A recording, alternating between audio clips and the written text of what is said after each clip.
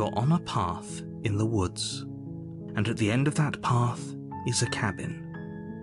And in the basement of that cabin is a princess.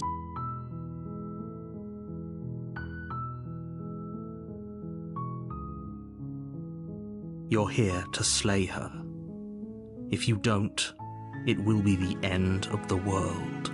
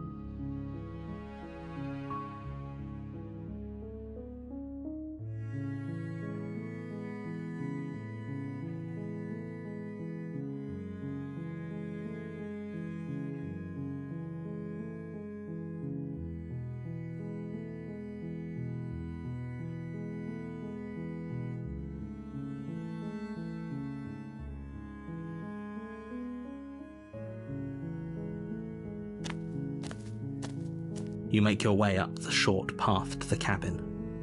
You'll find the princess within.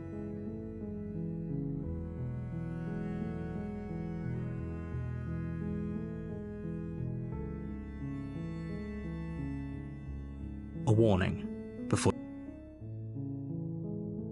She will lie, she will cheat, and she will do everything in her power to stop you from slaying her.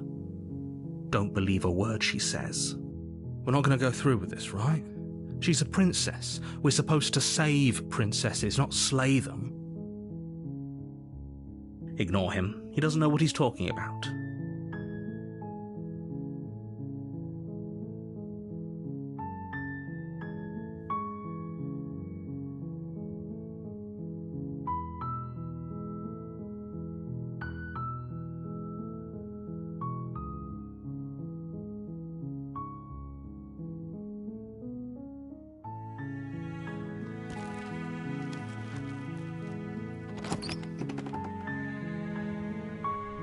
The interior of the cabin is almost entirely bare. The air is stale and musty, and the floor and walls are painted in a fine layer of dust. The only furniture of note is a plain wooden table. Perched on that table is a pristine blade. The blade is your implement. You'll need it if you want to do this right.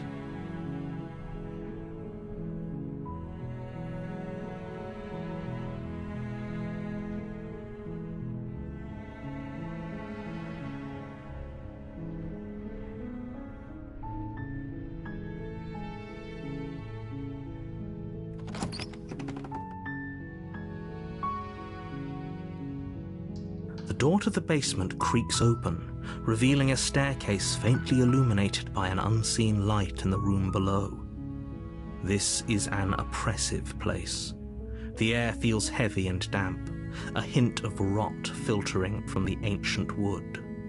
If the princess really lives here, slaying her is probably doing her a favor. Her voice softly carries up the stairs.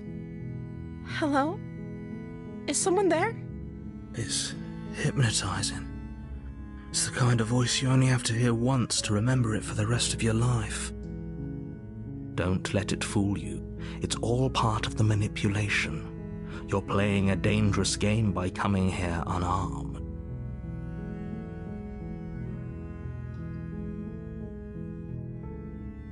Good. You're still listening to reason. It would be better if you had a weapon, but you may still be able to do what needs to be done.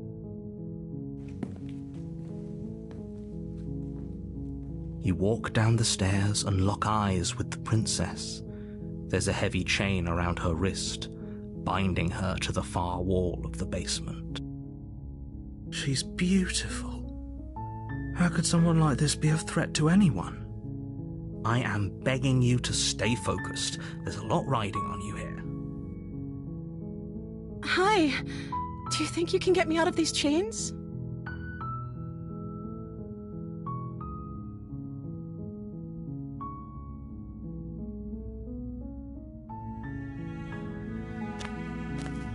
You're only making this more difficult. Thank you. Thank you. You're making a huge mistake. No, you're doing the right thing. You walk up to the chains binding the princess to the wall and give them a tug. They're large and heavy, far too solid for you to even imagine trying to break them apart. I'm guessing you don't have the key? Maybe it's somewhere upstairs. Doubtful. Whoever locked the princess away down here intended for her to never see the light of day. They wouldn't have just left the key to her chains somewhere in the cabin.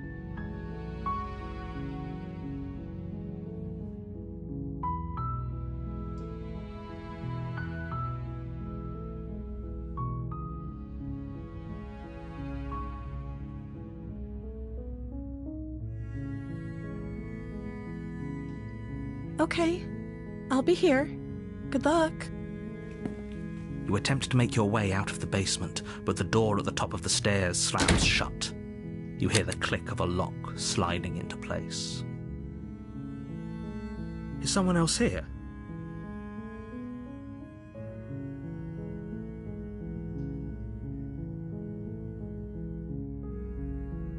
You try the door, but it's locked from the outside.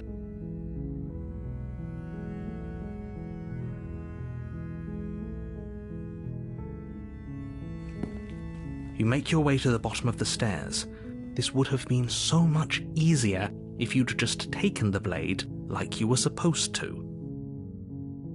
Easier for whom? Easier for everyone. Look at the mess you're in. I heard the door slam. They locked you down here too, didn't they?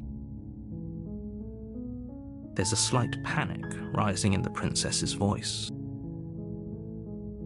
If I could just get out of these chains, I know we could force our way out of here together. She barely hesitates before raising her arm to her mouth, her teeth tearing through her limb with the determination of a trapped wolf. As she rips, it's the blade from upstairs. You're not sure how it made its way down here.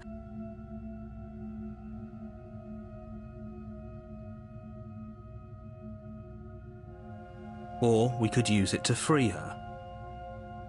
You won't like what happens if you do that. Fine. Against your better judgment, you place the blade against the ragged, self-inflicted wound on the princess's arm, just above the unyielding chain binding her to this place. You cut into her flesh. The blade is sharp, and it takes little effort to crack through the bone of her arm. Her limb falls to the ground, and the heavy chains follow suit. She didn't so much as utter a sound through the whole ordeal. No, she didn't. She smiles softly as her gaze meets yours, blood from her wounded arm dripping rhythmically to the ground. How is she still smiling after everything? It's like she isn't even bothered by what just happened. Thank you. Now let's get out of here.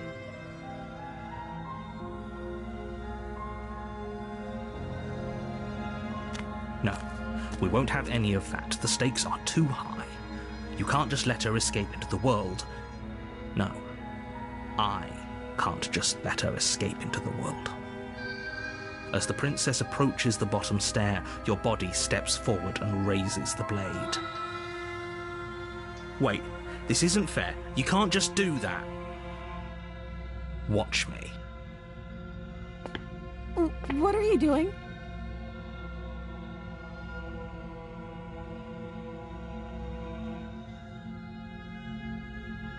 Stop that. Something's come over you, hasn't it? You know you don't have to do this, right? Your body lunges forward, the blade held low, ready to sink into her heart. But the princess dodges, stumbling back against the wall before the blade has a chance to connect. Stop it. Stop trying to resist me. I'm trying to get you out of here alive.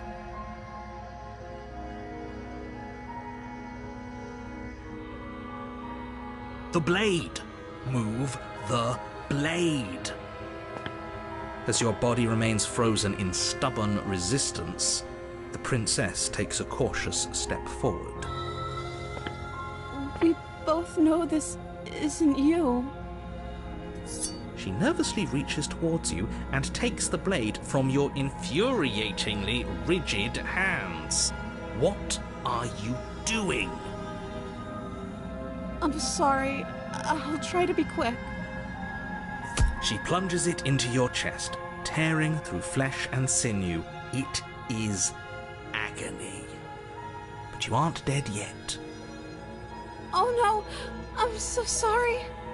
Stay strong. We can tough it out until it's done. For her sake. For her sake? Don't you start pretending that dying a painful death is some sort of heroic gesture. The two of you have literally doomed everyone. Whatever. She sinks the blade into your chest again and again and again, and you feel every inch of burning pain that slices its way into your body. I'm sorry. She doesn't know how to use a knife, does she? Apparently not, though it doesn't matter how sloppy her blade work is, does it? A stab wound is still a stab wound, and it won't be long before you bleed out. I'm so sorry. With one last thrust of the knife, your legs give out beneath you. You collapse to the floor, your blood pooling around you, your limbs unresponsive. The princess stares down at your ruined chest as tears carve rivulets of pink down her blood-spattered cheeks. It can't just end like this, right? Oh, that's rich coming from you. As much as I'd prefer for things to have gone differently, I can't deny the reality of what's happened. The two of you made your choice. It's over. Everything goes dark, and you die.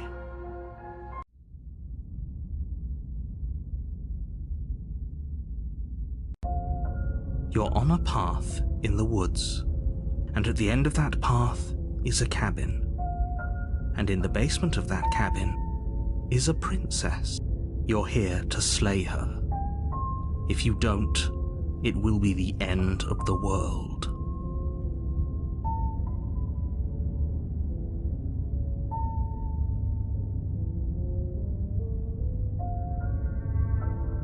Are we running away?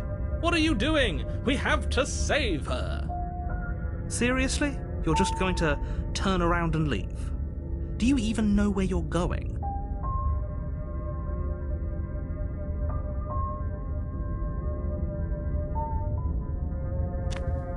Fine. I suppose you just quietly continue down the path away from the cabin. That's strange. It looks like this path also leads to the cabin. How convenient. Everything's back on track again. Maybe the world can still be saved after all. You're really keen on wasting everyone's time, aren't you? It's remarkably selfish, if you ask me. I've already outlined the stakes of the situation. If you don't do your job, everyone dies. Like, dies. Forever. But fine. You turn around and trek back down the path you came. Wait, something isn't right. Can you still hear me? You're supposed to wind up back at the cabin again. But everything is getting fuzzy. What's going on? Where are we? Oh, I don't like this one bit. There's not a single damsel in sight. How dull.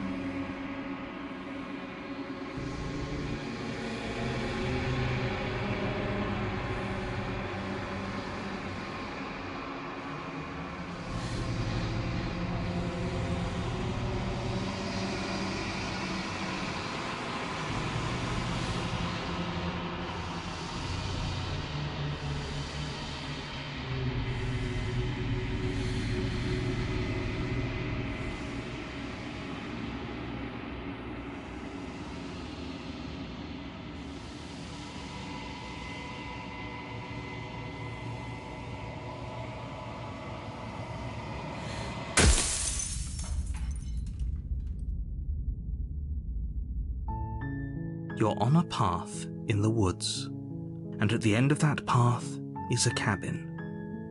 And in the basement of that cabin is a princess. You're here to slay her. If you don't, it will be the end of the world.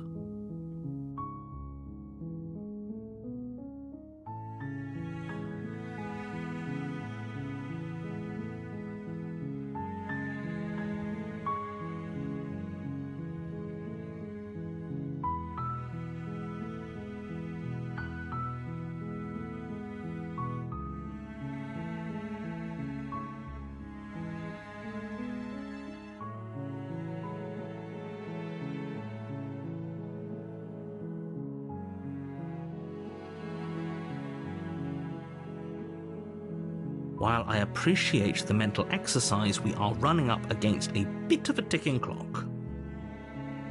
Nevertheless, let me assure you, the princess is locked up because she's dangerous. She is not dangerous because she's locked up. And before you decide to waste even more of our time by asking how I know that, let me suggest a more pragmatic lens through which to view this situation. Causality doesn't matter here, because the end result is the same no matter what led us up to this point. If the princess leaves the cabin, the world will end, and there is no changing that. It's no use arguing semantics over a metaphorical chicken or egg, because the egg is hatched and it's about to ruin everything. Unless, of course, you do your job and slay her.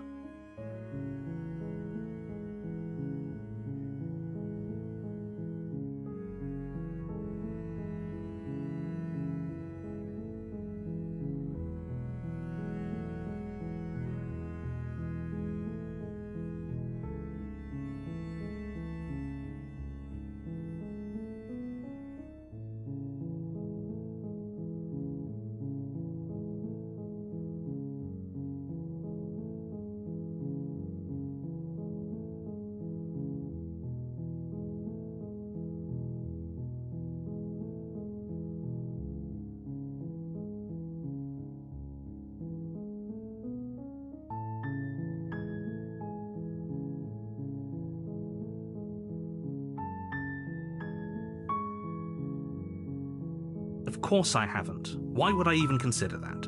Nobody wants the world to end. I mean, maybe some people do, like nihilists, or very, very evil people, but surely you're not one of those, right?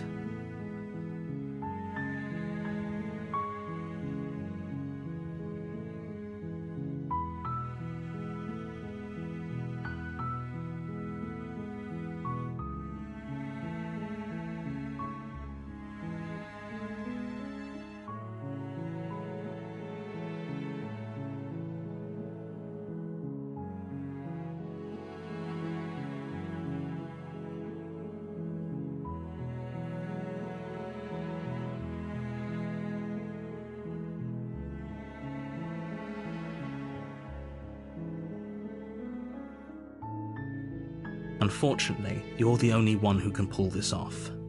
I don't make the rules. I wish I did, but I don't.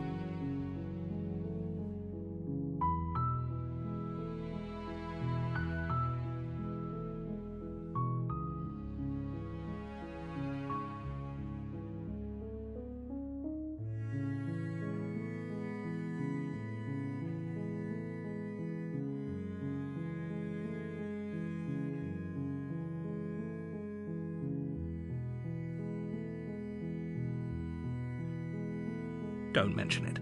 It's all part of the job.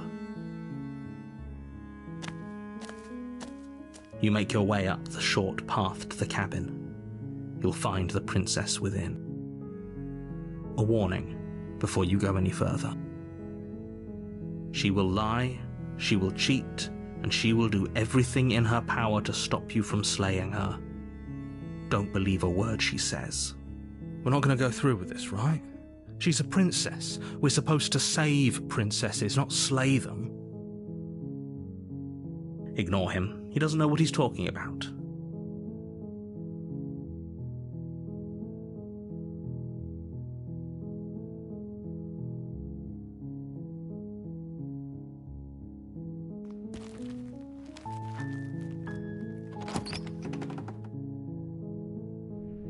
The interior of the cabin is almost entirely bare.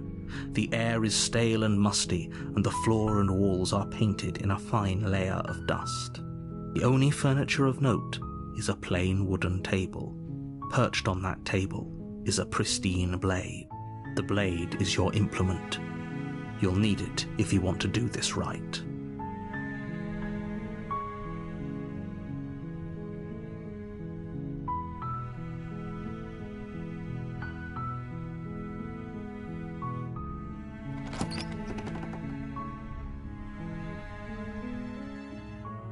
The door to the basement creaks open, revealing a staircase faintly illuminated by an unseen light in the room below.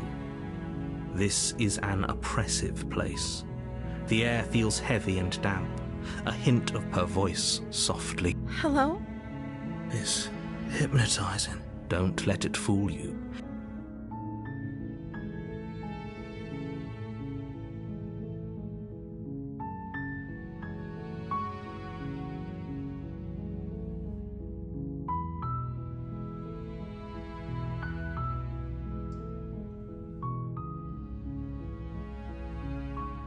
Don't be a stranger.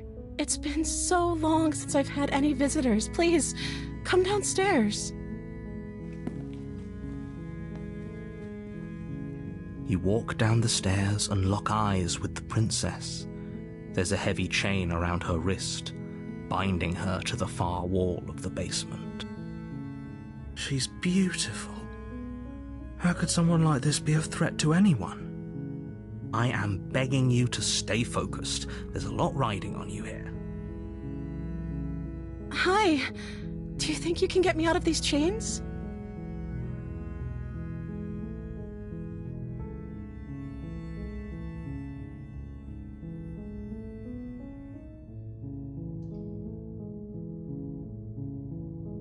Okay.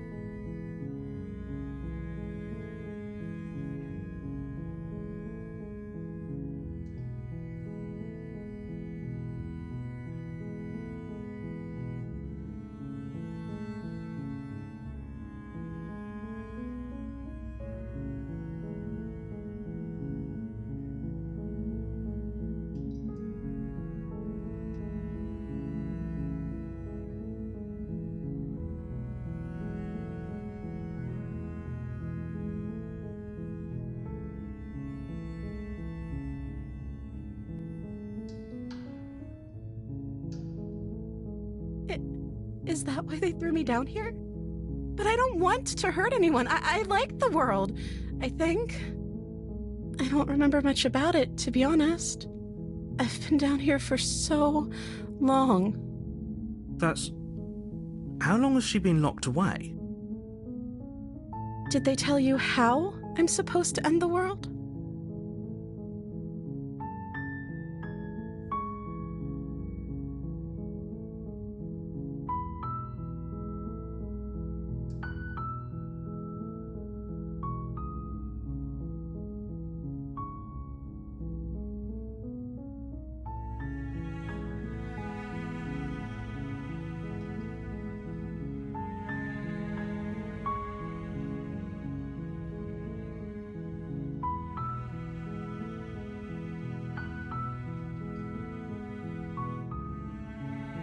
Sooner or later, you'll learn to trust me. Hopefully it won't be too late when you finally come around. Thank you for believing me. Now, can you help me get out of here?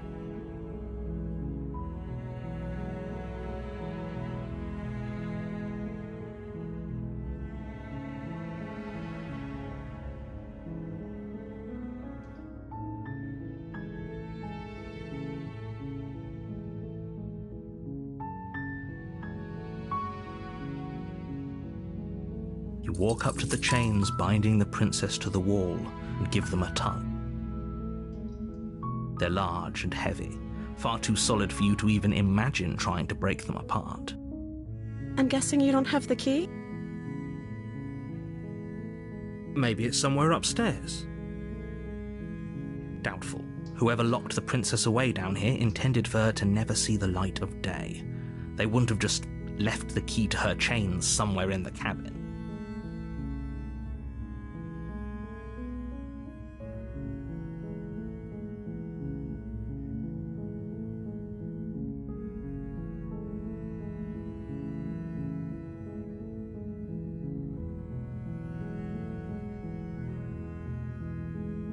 Maybe there's some way to break the chains?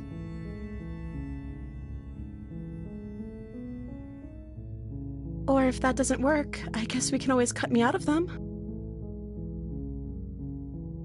She offers the suggestion with almost complete nonchalance. If we were stuck down here long enough, I'm sure we'd be nonchalant about cutting our way out if it meant we could finally be free. You attempt to make your way out of the basement, but the door at the top of the stairs slams shut. You hear the click of a lock sliding into place. Is someone else here?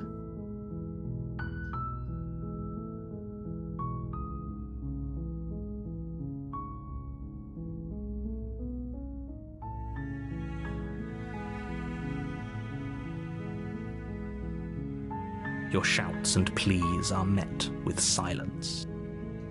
I'll repeat myself once again. You're here to slay the princess, and you won't leave until the task is done.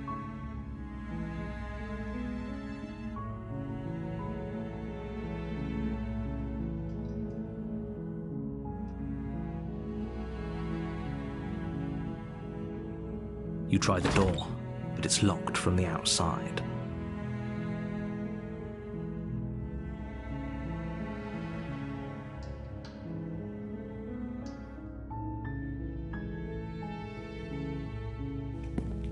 You make your way to the bottom of the stairs. This would have been so much easier if you'd just taken the blade like you were supposed to. Easier for whom? Easier for everyone. Look at the mess you're in. I heard the door slam. They locked you down here too, didn't they? There's a slight panic rising in the princess's voice. If I could just get out of these chains, I know we could force our way out of here together.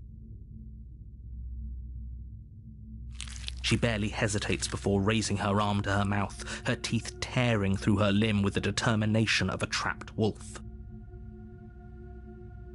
As she rips, it's the blade from upstairs. Or we could use it to free. You won't like what happens.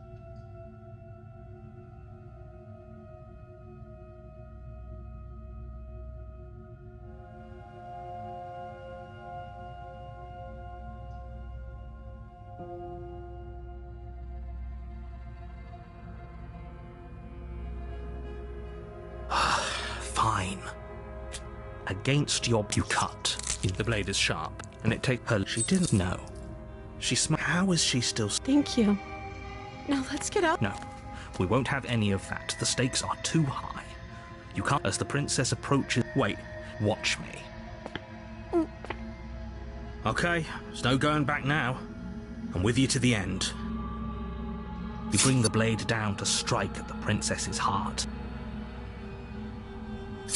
But she's fast. She ducks to the floor, your blade narrowly grazing her backside. Slaying her won't be easy now that she's free. We could have gotten out of here together.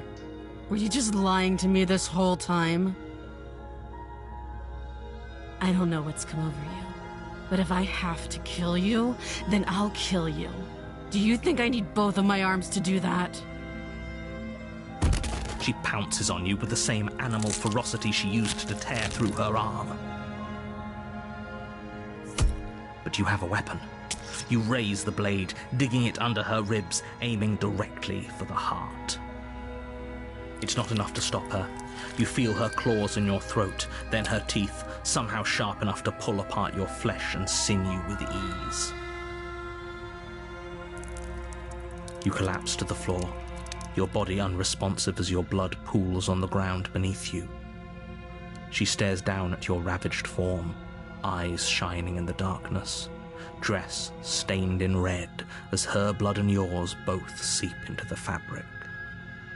If we're lucky, the wound you managed to inflict will be enough to at least delay her escape from this place. If we're very lucky, it will kill her before she can reach the outside world. It can't just end like this, right?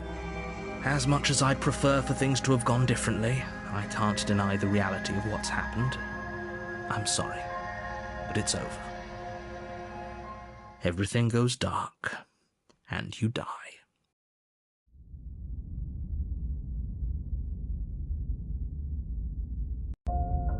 You're on a path in the woods, and at the end of that path is a cabin.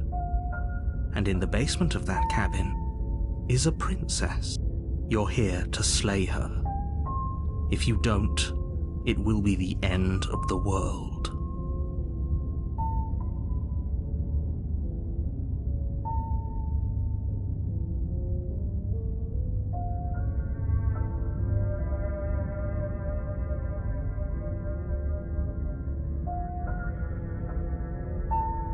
Don't you start grandstanding about morals. The fate of the world is at risk right now, and the life of a mere princess shouldn't stop you from saving us all.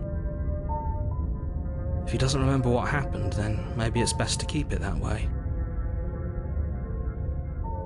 Brilliant. We need to keep our cards close to our chest, and I'm not sure we can trust him. You know I can hear you, right? It's going to be a lot harder than you think to keep secrets from me.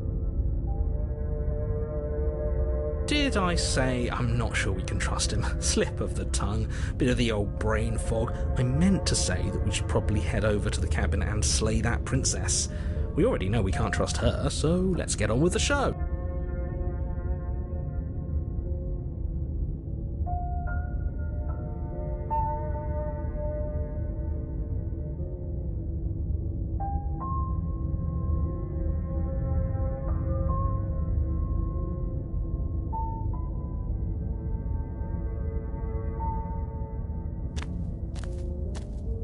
A warning before you go any further. She will lie, she will cheat, and she will do everything. Don't worry, you can trust us to get the job done.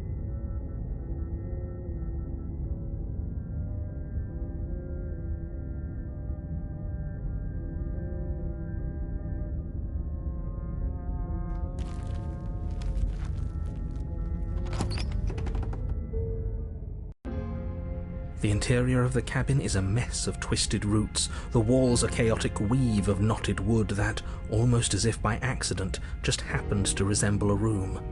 The floor is damp and earthy, and the only furniture of note is a slab of mud in the shape of a shelf, with a pristine blade perched on its edge.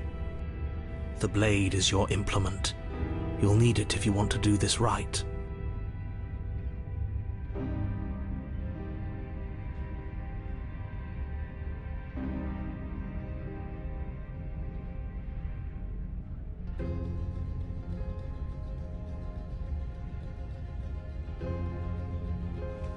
walk up to the wall next to the basement door.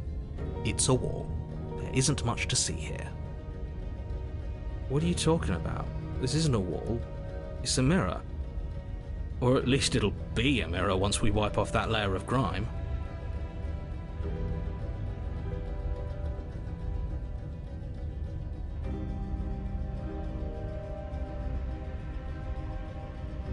You reach forward and rub your hand against the cabin wall. I hope you know how ridiculous you look right now.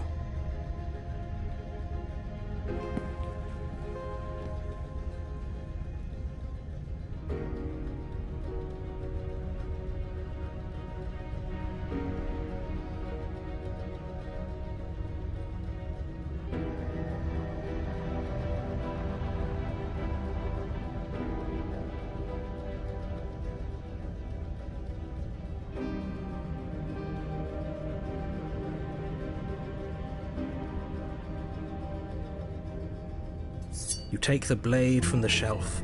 It would be difficult to slay the princess and save the world without a weapon. Well, if we're grabbing a weapon, we should probably keep it hidden behind our backs. She doesn't have to know we have it. That's not actually a bad idea.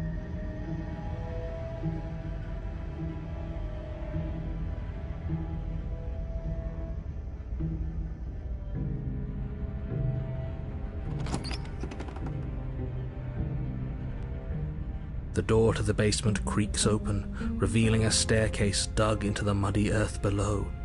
The ceiling is thick with roots that hang like locks of tangled hair. The weak starlight from the cabin windows behind you can barely penetrate the gloom here, only illuminating the edges of an opening below.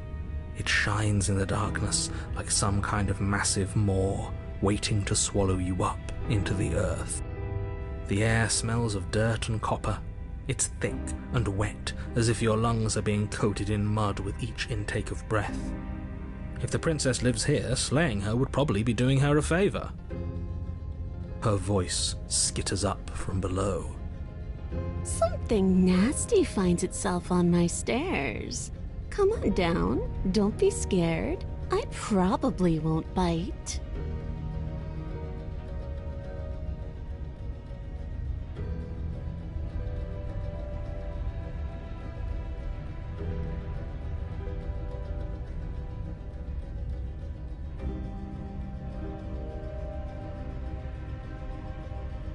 But you are. You're a wretched little thing. I recognize that voice as easily as I recognized your nervous little footsteps coming up the path. I know who you are, and I remember what you've done. She must have you confused with someone else. She seems friendly enough. Maybe we can talk our way out of this whole situation. You can't. Unless you slay her right away, she's going to break free and end the world. There's no reasoning with what she is. Look, I'm just throwing ideas out there. I like to think out loud. I'm the kind of guy who likes a discussion. Don't we want to hear what everyone has to say before making any big decisions? Do you want to hear what everyone has to say? Or do you just want to hear yourself talk? You need to stop lingering. Your task is to slay the princess, not endlessly debate about what to do with the princess. Fine, fine. You're the boss. Thank you. You descend the basement steps, entering the dark room below. You can just make out the shape of the princess in the gloom. She's huddled against the far wall, her eyes bright and glaring from amid the thick roots.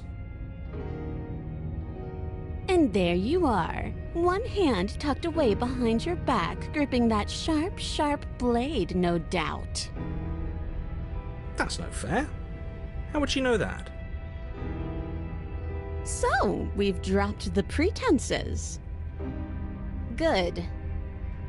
You made a comment back in the woods about having been here before. Now she's acting like the two of you already know each other. Oh, no. You've already been here, haven't you? That's pretty sharp. How'd you figure that one out? Call it deductive reasoning. Well, you seem to be great at it. So, you really don't remember us, do you? No, I don't. But you and the princess clearly have a shared reality, even if I'm not a part of it. I won't waste time fighting you on something that's clearly true. I'm just glad we could put all this behind us. Is it all behind us? Just focus on the task at hand. I don't care if you've been here before, and I don't care if you think you'll go somewhere else after this. My world is on the line right now, so I'd appreciate it if you would take this seriously and slay her. Let's chat her up a bit first. Maybe we can find a middle ground where everyone's happy. Don't talk to her. You're just going to make things more difficult than they have to be. Well, I seem to remember you having a tongue.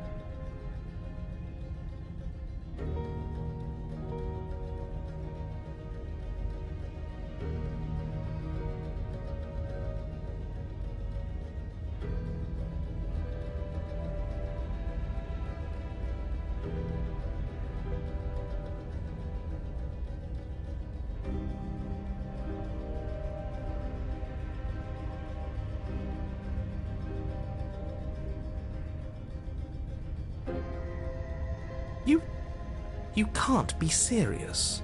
Now, hold on. We should put this to a vote. The blade is one of our most valuable assets. We can't just give it to her. What if she uses it to kill us? I vote no. As do I. I, abstain? You abstain? She's going to kill us if we give it to her.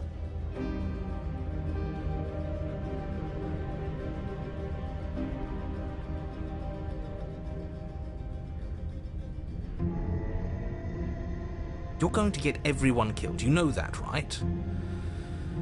But of course you do. You toss the blade at the princess's feet. She eyes it with suspicion before kneeling down to pick it up. I wouldn't have done that. Why did you? You hear a clanging of metal against the dirt floor, and the chains fall from the princess's wrist. She could have gotten out of those the whole time. That sneaky little... A woman after my own heart. It's a shame we just gave her a weapon, because if I were her, I'd use it on us right now. Luckily for us, you're not her. Oh, we sure think alike, though. I can promise you that. Whatever you say next, you better make it count. She creeps forward, taking one cautious step at a time until you and she are face to face. What do you think happens now?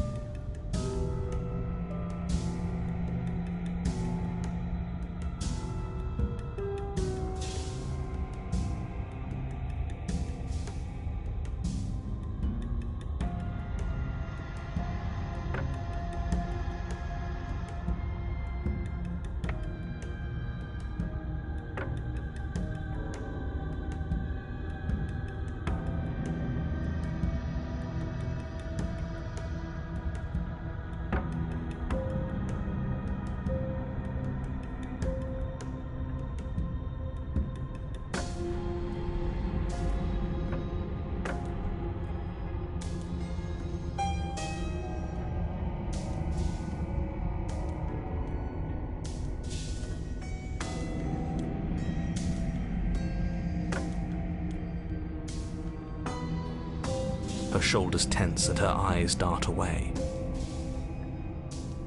This is another trick. You're trying to sow doubt, but it's not going to work on me. And then she buries the blade in your heart. What? No. No, come on, that's not right. I told you this is what she was going to do. Glee dances across her face as you fall to the ground.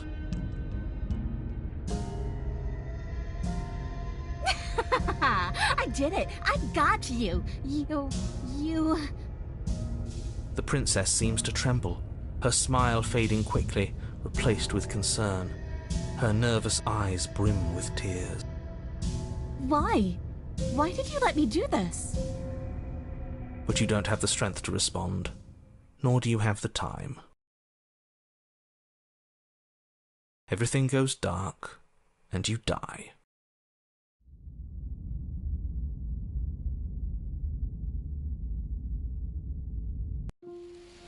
You're on a path in the woods. I can't believe she actually stabbed us. I told you not to give her the blade. I told you it would come around to bite us. I voted against it. Yeah, we know. You already got your I told you so's in while we were bleeding out. I just wanted to make sure that everyone here knows that I was and am on the right side of that argument.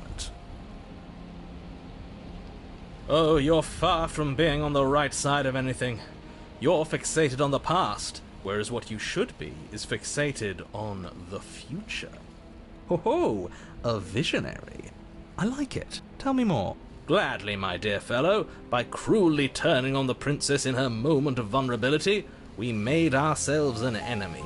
But by mastering our fear and insecurity and handing over our power, we've begun a journey to something so much deeper.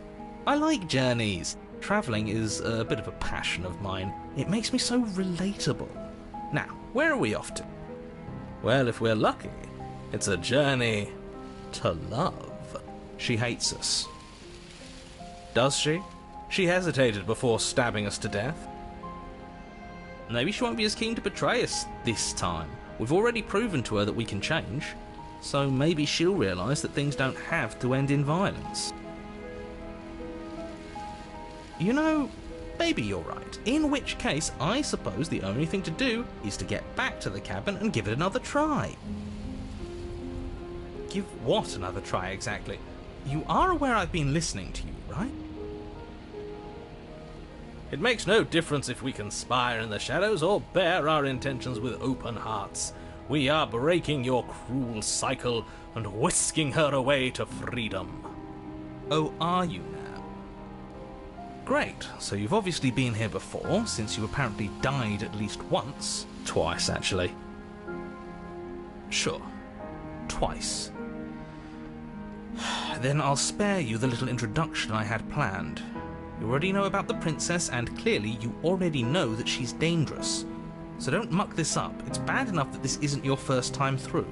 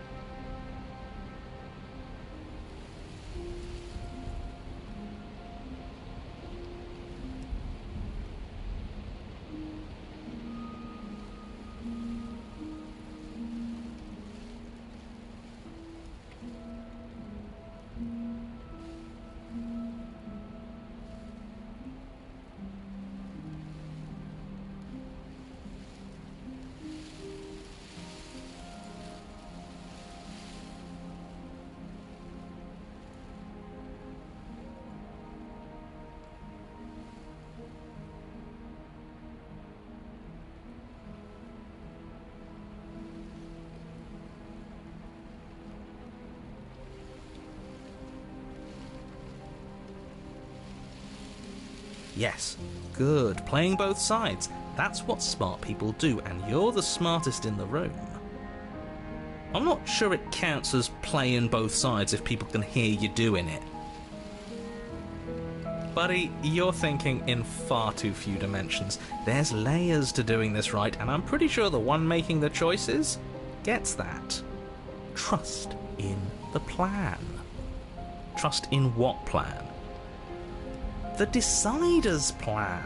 Sure, we don't know what the plan is yet, but that's part of the whole trusting thing, isn't it?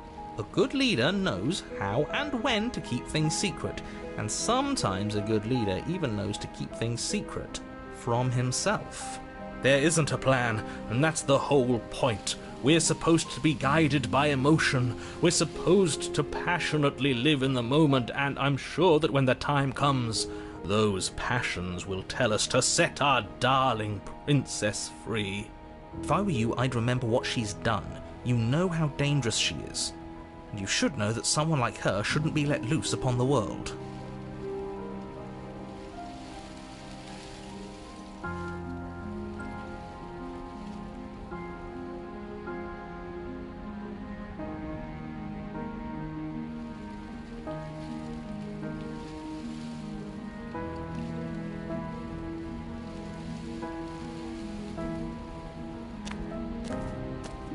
It isn't long before you find yourself at the base of the cabin. I think it's clear where everyone stands at this point. I don't know if I'd say everyone. You talking about me? I have a position. It's a good one too. Ignore him, he's just talking for talking's sake. My position is the only one that matters. The princess is a threat to you. She's a threat to me, and most importantly, she's a threat to the world. You know what you have to do.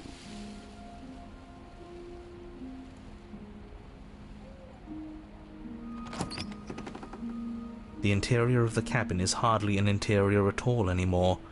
The burned-out ruins merely suggest the shape of the structure that once stood here, charred wood still reeking of ash. But beneath it lies the fresh smell of spring growth after rain, the promise of new life in the wreckage of the old. The only furniture of note is the crisp shell of what was once a table, a pristine... Wait, this isn't right. There's supposed to be a pristine blade. Why isn't there a pristine blade? We gave it to her last time. She can't still have it, can she? Well, it's not here, and if she has it... Let me guess, you want to get all chummy with her. Look, as far as I see it, if it's between him and her, I say we side with the one who has the weapon. It's just the smart thing to do. I wouldn't be so hasty. I'm sure the blade will turn up somewhere. She can't have it. That's not how this is supposed to work. If she does have it, that's all the more reason to put our faith in her. We've already shown her our heart. Now she has to show us hers. Unless her heart tells her to stab us, which doesn't seem unlikely, so yes, I agree. Let's make sure we get on her good side.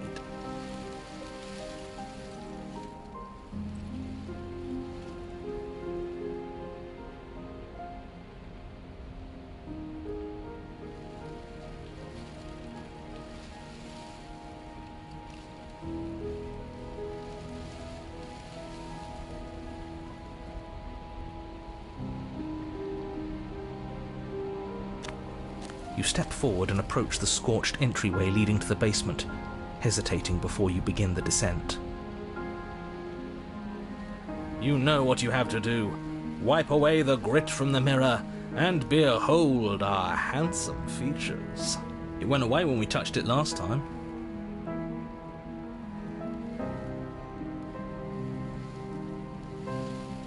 You reach forward and wave your hand through the hollow entrance leading to the basement. What are you doing? Alas, our fine features remain unseen.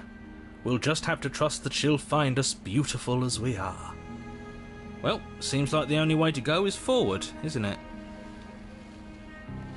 Yes, that's where everything tends to be. Let's just put on a good face and have our wits about us.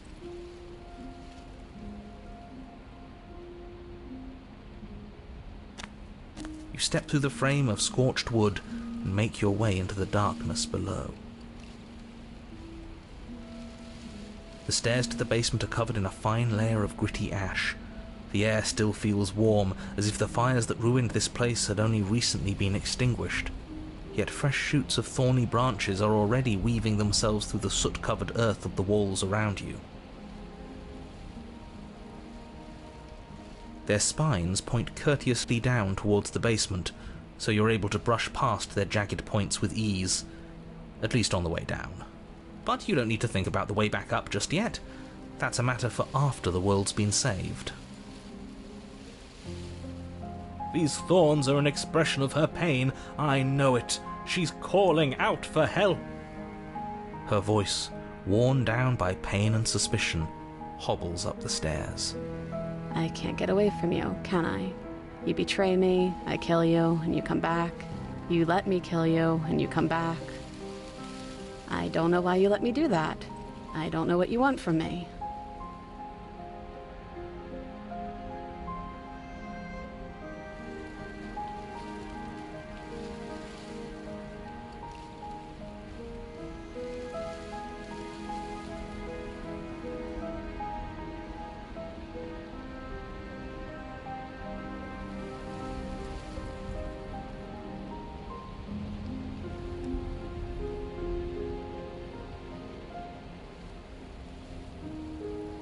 I think you know how this goes.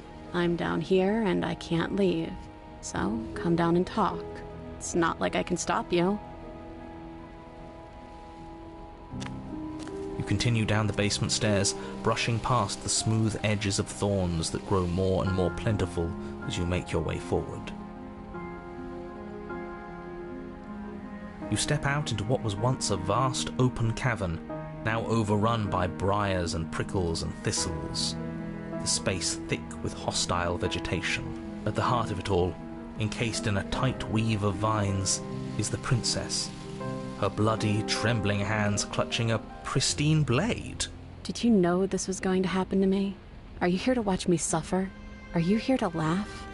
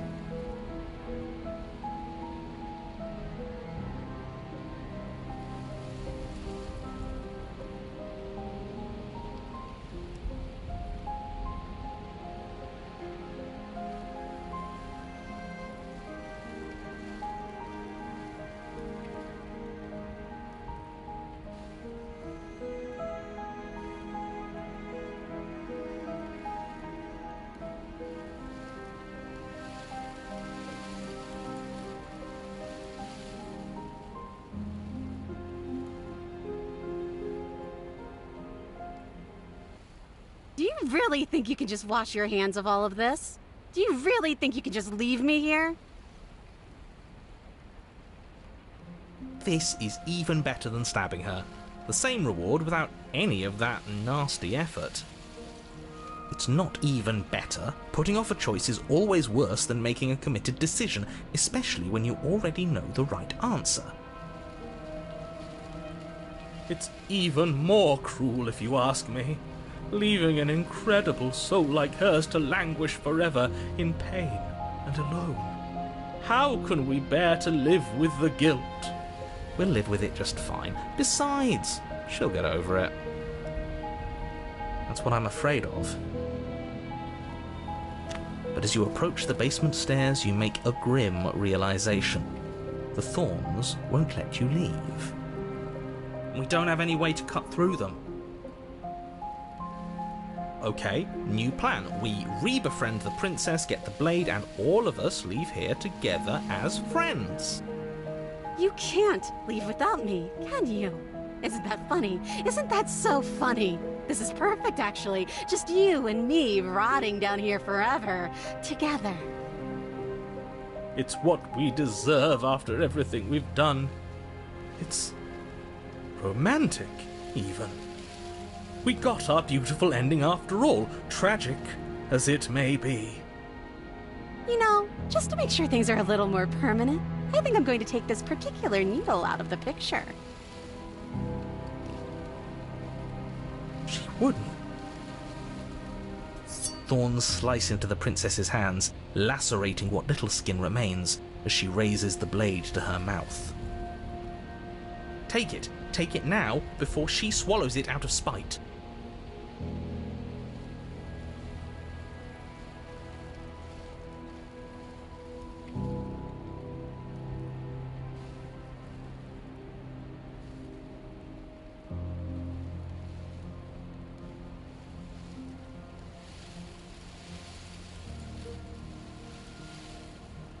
You stand in place among the thorns, inert, merely watching as the princess swallows your only way out of this place. She actually did it. Good for her. Such a decisive woman. But extremely not good for us. Blood trickles down the corner of her mouth, then flows from between her lips. She smiles. There. Isn't this just perfect?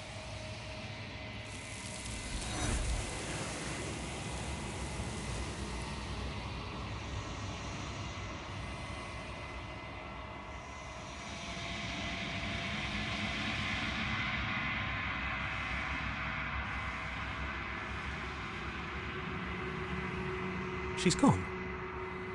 Where did she go? Should we try and find her? And there's that mirror again. Why is it here? Why now?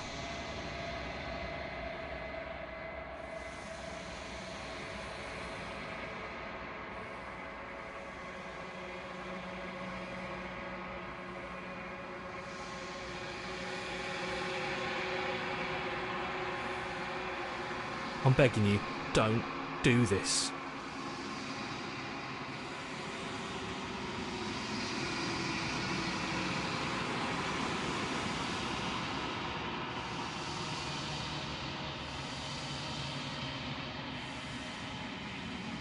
It's different now. It feels, I don't know, final. Yes, I fear that we won't like what we'll see. What if we just sit here and preen for a while? That can't hurt, right?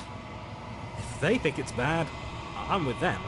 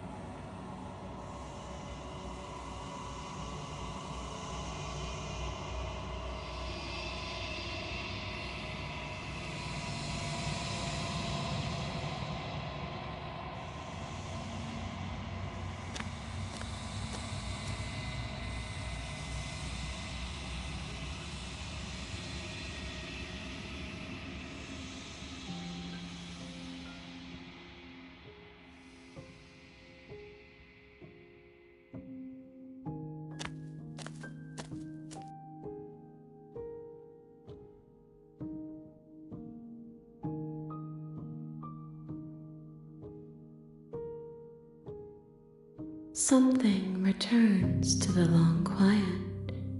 It has surrendered its path of annihilation and brings me the gift of a fragile vessel.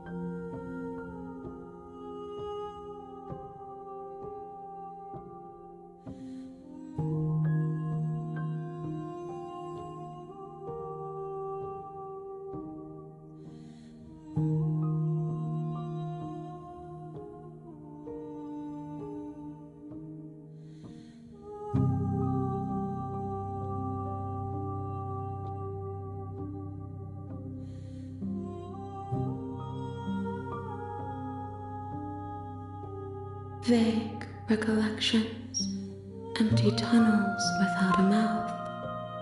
I am sorry if I frightened you.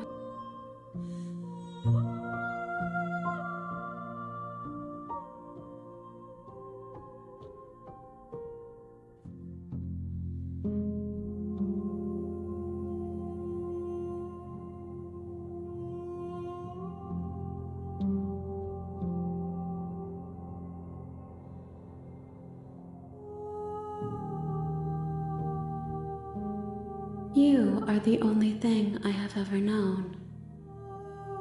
The space we're in is vacant. Nothing comes here but us.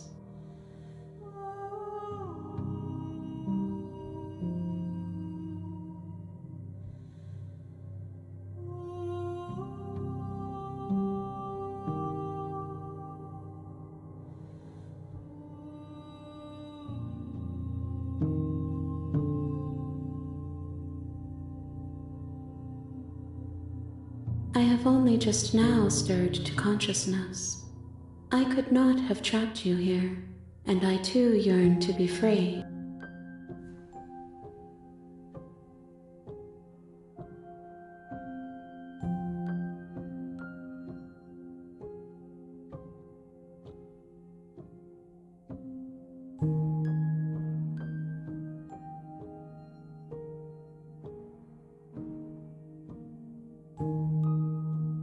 I'm sorry.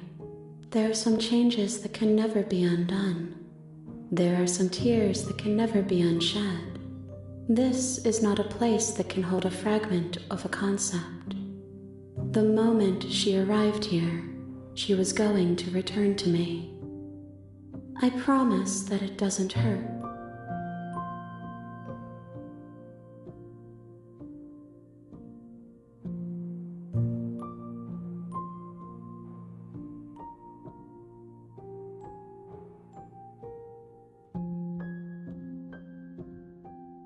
Nothing, as we are, but I know that there are worlds beyond us, and that we are meant to reach them.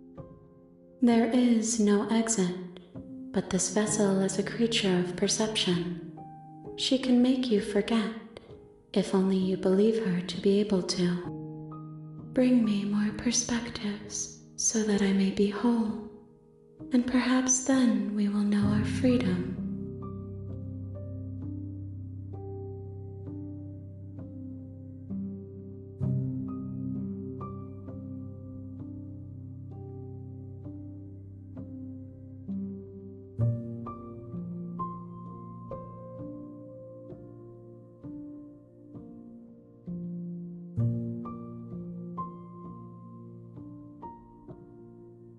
More than you have found, but less than there are to find. I am infinite. The rest will find their own way home.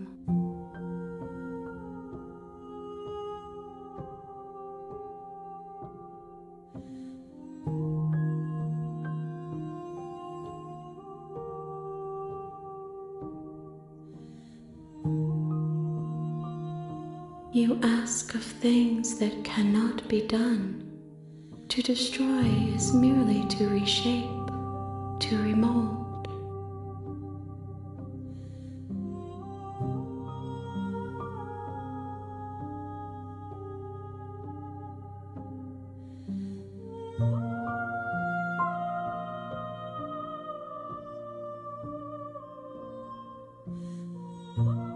How can I know? I am flickers in something sprawling and unilluminated.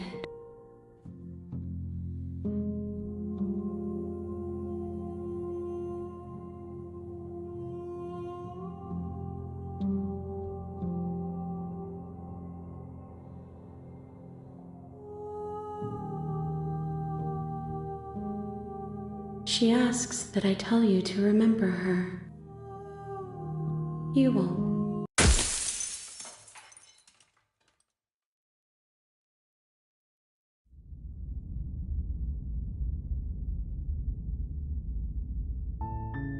You're on a path in the woods, and at the end of that path is a cabin. You're here to slay her. If you don't,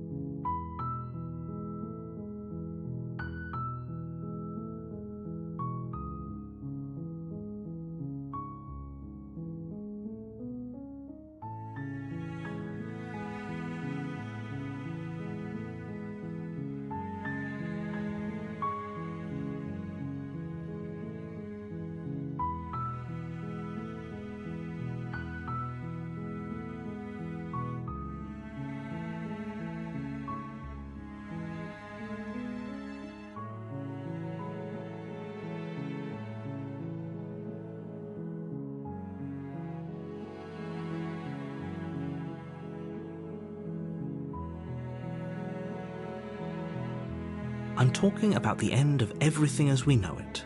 No more birds, no more trees, and perhaps most problematically of all, no more people. You have to put an end to her.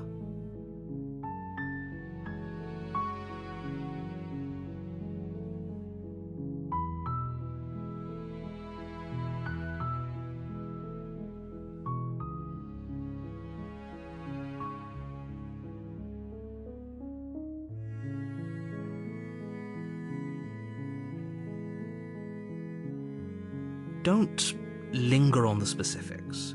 You have a job to do here. Just get in there and do what needs to be done. We're all counting on you. Look, you're already on the path that leads to the cabin. Why would you be here if it weren't to complete a very important task? You've made it this far, you might as well reach the end of your journey.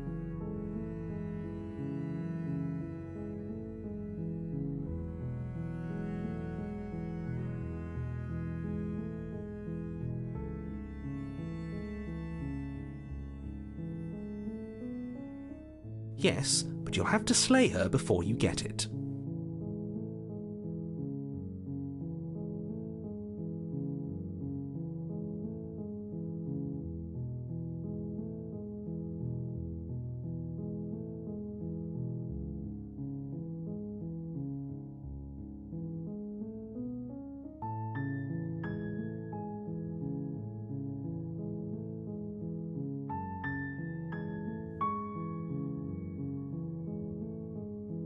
Then I guess we'll just have to see what happens. But a word of warning. If you go in prepared to hear her out, she could easily trap you in her web of lies.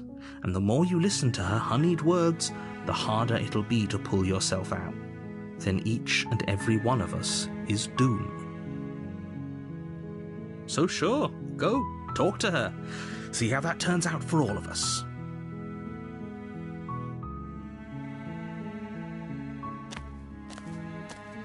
You make your way up the short path to the cabin. You'll find the princess within. We're not going to go through with this, right? She's a princess. We're supposed to ignore him. He doesn't know what he's talking about. The interior of the cabin is almost entirely bare. The air is stale and musty. The blade is your implement. You take the blade from the table.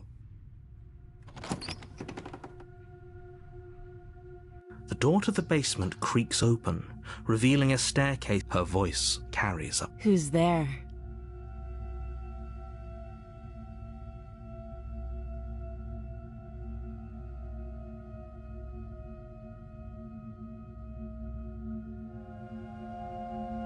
She sounds dangerous.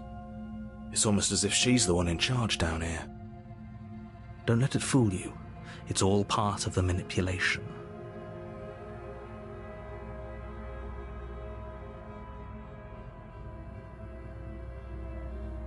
Don't be a stranger. It's been so long since I've had any visitors. Come on down. You walk down the stairs and lock eyes with the princess. There's a heavy chain on. She's so coldly beautiful. Is she really? Focus on the task at hand. And there you are. Are you here to kill me or something?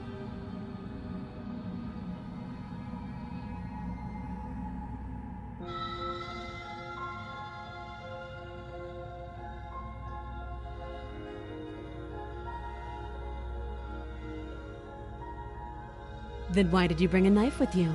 How about you drop it, and then we can chat. She makes a compelling point. What if we just dropped the blade and talked? Look at her. It's not like she's a threat. Don't you dare. It's fine. We can decide what we want to do after we talk to her. Maybe she really is a monster. But killing someone in cold blood isn't very becoming of us. The blade tumbles out of your trembling hands and drops to the floor with an unceremonious clang. Thank you. Maybe now we can just talk. Against your better judgment, you step forward to speak with the princess faced. We'll be fine. I don't know what you're hoping to accomplish here, but I can assure you there's no reasoning with her. Just make sure you don't forget about the blade on the floor. You're going to need it.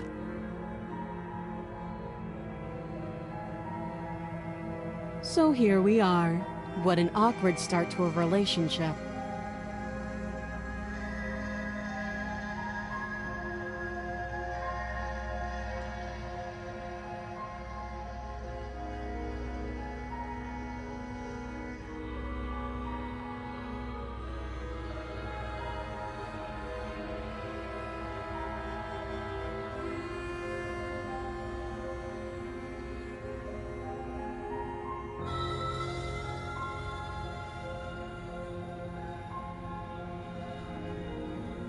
She hesitates before answering.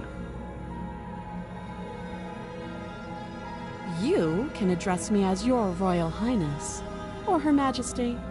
Any honorific should do, really. Note the lack of detail. You can't trust her.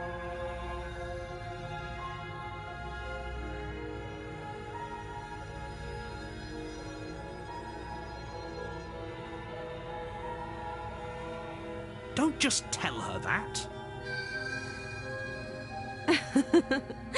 Is that why they threw me down here? But I don't want to hurt anyone. I like the world, I think. I don't remember much about it, to be honest. I've been down here a long time. Just how long has she been down here? If I'm supposed to be capable of ending the world, then how did I wind up here, chained to a wall? Have they told you why I'm allegedly so dangerous?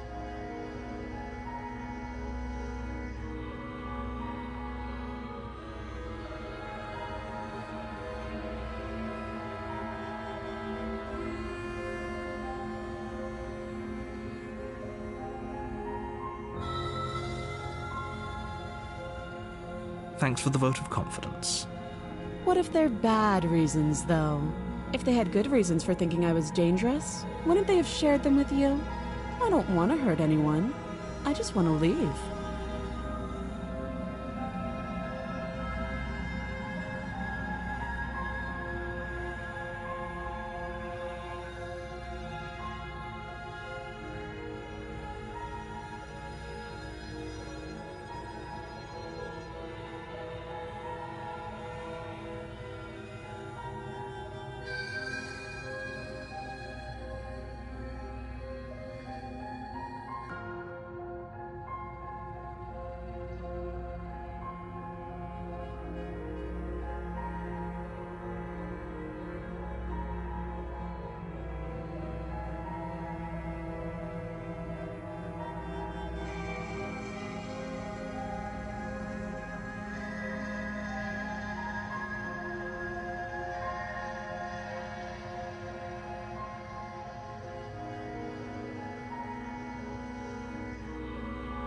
At the end of the day, whatever the two of us have going on down here is about trust.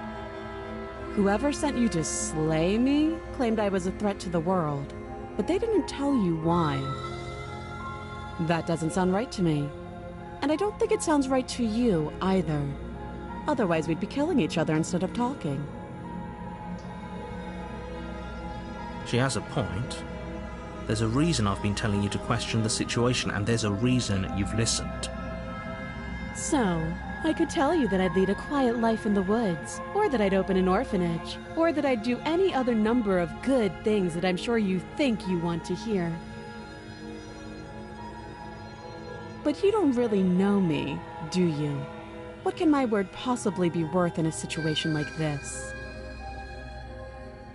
She's right about one thing. Her word isn't worth anything.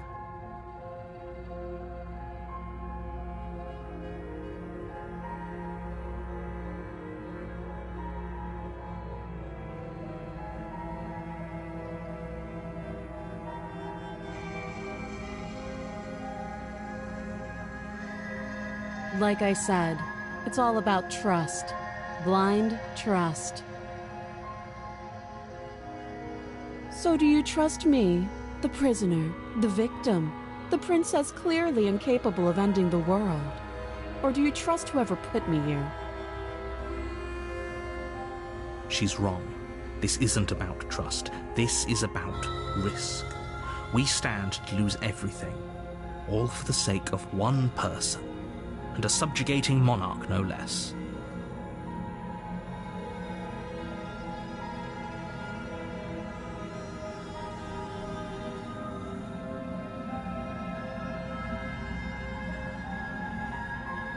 Too long. You can't. Don't bother.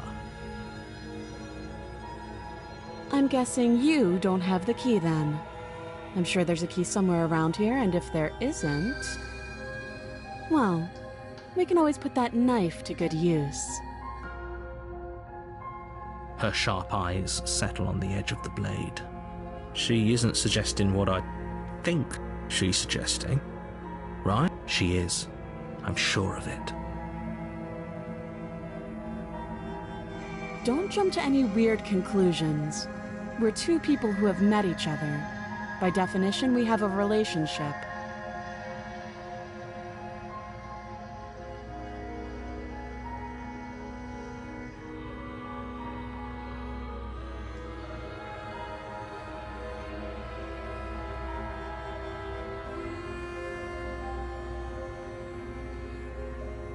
Oh, have you decided what to do with me? You know why you're here.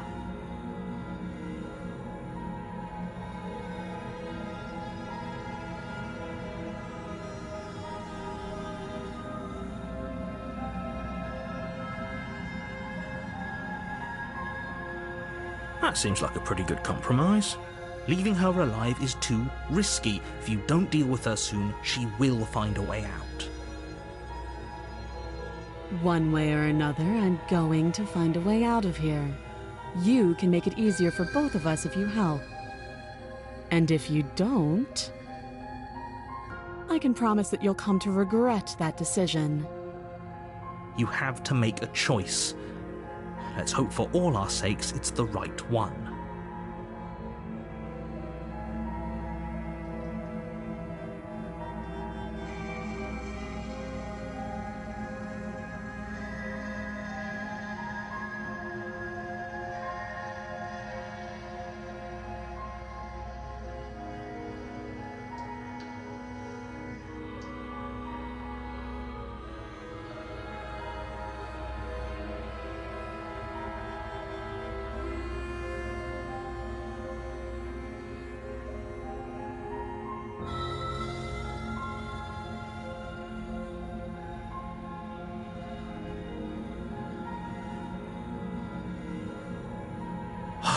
Love of... Good. I'm glad you've come to your senses. You're making a huge mistake. No, you're doing the right thing.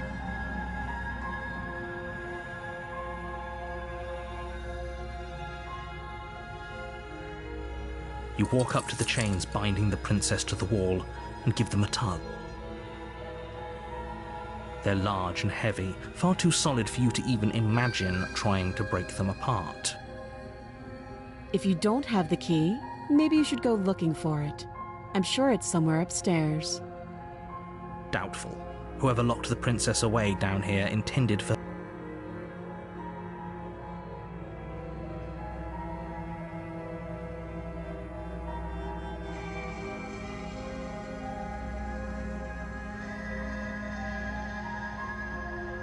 That would be fine. I can lose an arm. She speaks with almost complete nonchalance. If we were stuck down here for long enough, I'm sure we'd be nonchalant about cutting up. You attempt to make your way out of the basement, but the door at the top of the stairs slams shut. You hear the click of a lock sliding into place. Is someone else here? You try the door, but it's your here to slay the... Your shouts and pleas are met with silence. I'll repeat myself once again. You're here. You make your way back to the bottom of the stair. Easier for whom? Easier for everyone. I heard the door slam. They locked you down here too, didn't they? The knife. Pick it up and cut me out of here. You won't like what happens if you do that.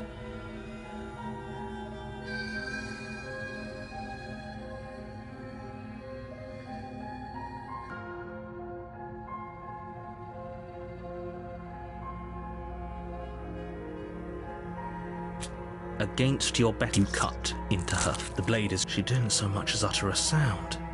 Free from her bindings, the princess turns to face. How is she so composed after losing an arm?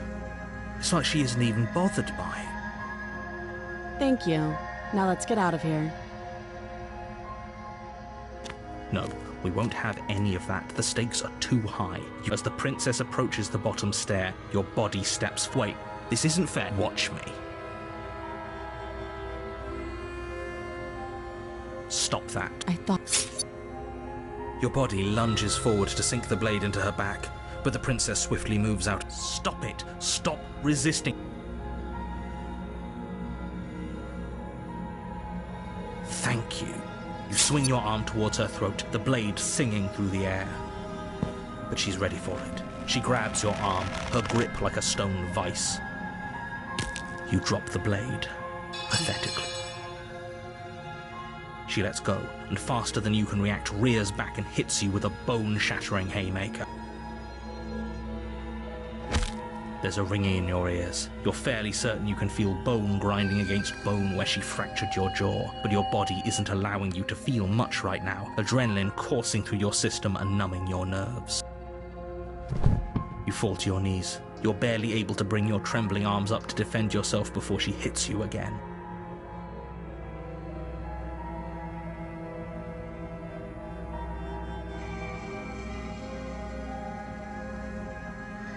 Every blow is as punishing as the first. You feel bones shatter with every impact, unknown ruptures blossoming with blood somewhere inside of you. You poor thing. I'll go ahead and put you out of your misery. She places a confident heel on your chest and pushes you down to the ground. Her knee falls to your throat, your windpipe crushed beneath a weight you didn't think her slight form could possibly possess. It can't just end like this, right? I'm sorry, but it's over. Everything goes dark, and you die.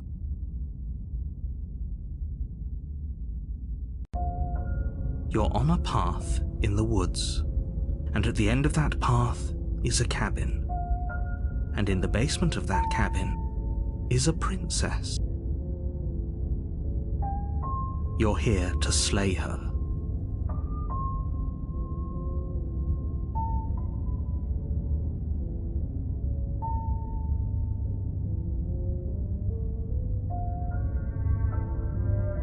It hasn't. Or if it has, I certainly haven't been a part of it. We've just met for the first time, you and I. If he doesn't remember what happened, then maybe it's best to keep it that way. You know I can hear you, right? It's going to be a lot harder than you think to keep secrets from me. What does it matter what he knows? There's nothing we can do to stop her. She's just going to kill us again. She is not going to kill you unless you let her. But slaying the princess and saving the world is going to be much more difficult than it has to be if you spend the whole time second-guessing yourself.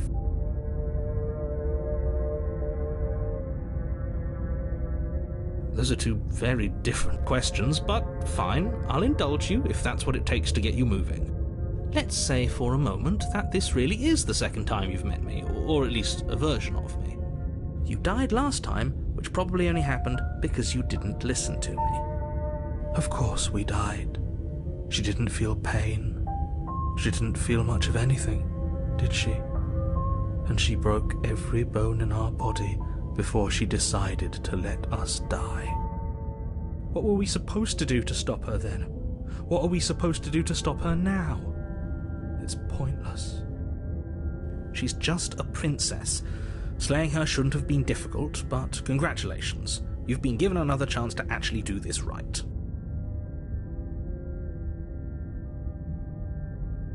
And I believe your other question was something along the lines of, oh, what's the point of doing anything?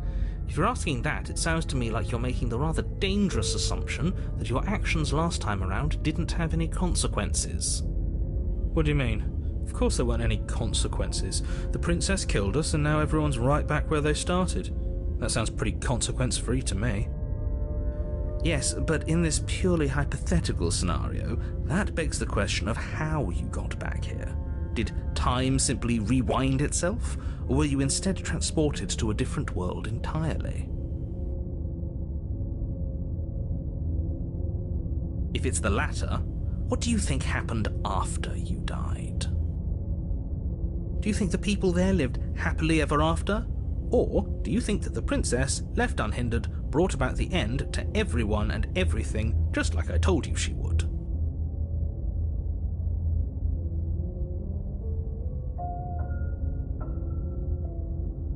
If she ended the entire world, why should we even bother?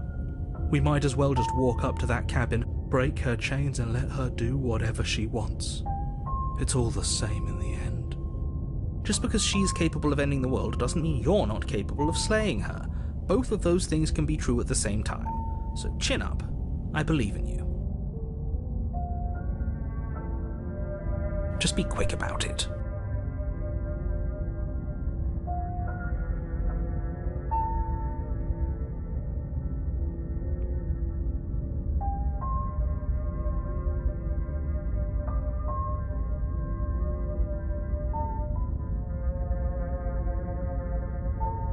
People locked her in that basement, and I told you what this place is. It's a path in the woods. Don't overcomplicate things.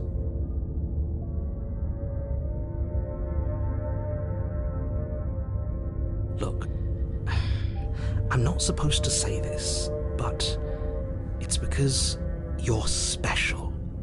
You're the only person capable of doing this. Call it a prophecy, if that helps. But it's just the way things are. Oh, I didn't know we were special. Of course you're special. Why else would you be here? Who cares if you think we're special? As far as I can tell, the only thing special about us is that we get to experience painfully dying all over again.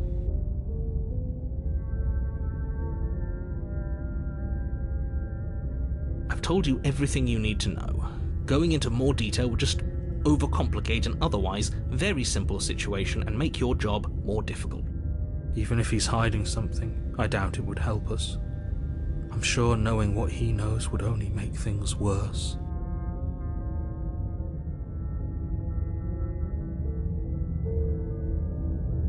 Can we tone down the pessimism just a smidge? I'm not being a pessimist. I'm just being realistic.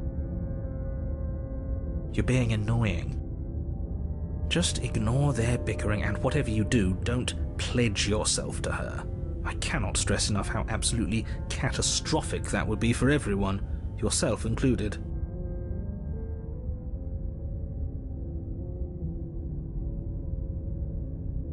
She is just a princess.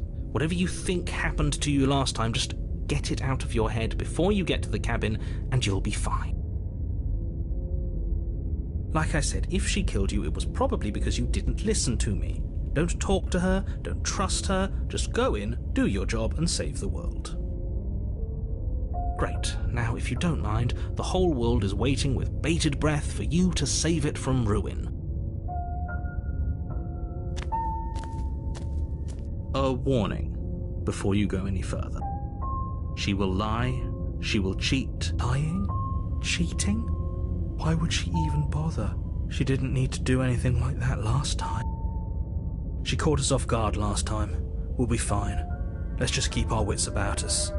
At least one of you still has a shred of sense. Just make sure you listen to him and not that whiner. If that's what you want, I guess I don't have a say here.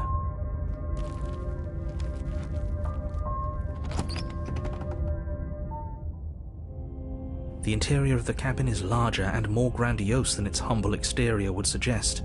The only furniture of note is a massive marble altar with a pristine blade perched on its edge. The blade is your implement. You'll need it if you want to do this right.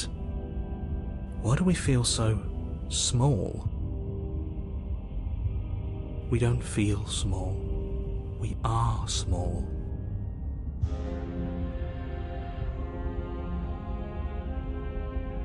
That's because there isn't a mirror. There's the altar, the blade sitting on the altar, and the door to the basement. There's definitely a mirror. There isn't. Who cares if there's a mirror? We're all going to die anyway. And I'm sure that if we looked in there, we'd just see something sad and miserable looking back at us. We don't need any reminders of what we are. It would only make things worse. For the last time, you're not going to die unless you let it happen. And luckily for you, there isn't a mirror, so no one needs to worry about confronting a grisly visage any time in the near future. Though, for what it's worth, if there were a mirror, I'm sure that you wouldn't find anything sad or miserable in it looking back at you. You probably look perfectly normal. Probably. Do you not know what we look like? He knows. He just doesn't have the heart to tell us.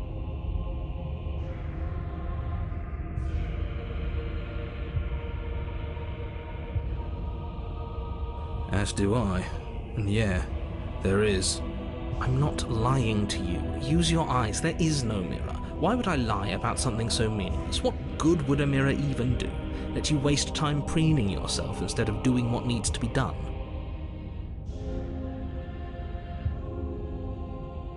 You walk up to the wall next to the basement door. It's a wall. There isn't much to see here. This really isn't funny.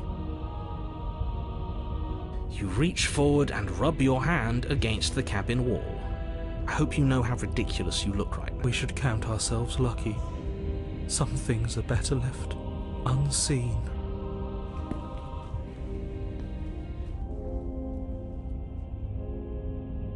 Maybe that's because you haven't actually been here. I hope this means you'll finally drop that ridiculous past life nonsense. You haven't died, and you certainly haven't been killed by the princess. No blade this time. Yeah. Maybe she'll be more receptive if we're unarmed. Blade, no blade.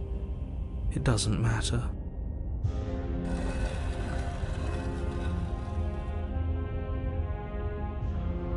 The door to the basement creaks open, revealing a spiral staircase. Its steps almost as deep as you are tall. The smell of incense drifts up from below. For a moment, you almost feel at ease. This is actually kind of nice. It's still a stone basement. If the princess lives here, slaying her is probably doing her a favor. Her booming voice rolls up the stairs. Is that a guest I hear? Don't linger on the stairs. Come down and witness me. You weren't kidding when you said it was booming. She wasn't like this last time. You shouldn't have come down here unarmed. We need to get down there. She wants us to see her. We need to see her. Should we be worried about your sudden change in attitude? Just a few minutes ago you were going on about how pointless everything was. Now you want to go down there. It doesn't matter what that little voice says. He's not the one making the decisions. Though if his ramblings get you to the princess, they get you to the princess.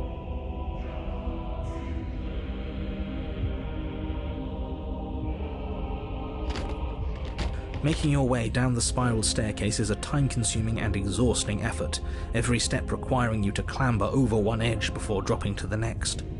But soon the end comes into view, and you tumble to the bottom, entering the vast, temple-like room beyond.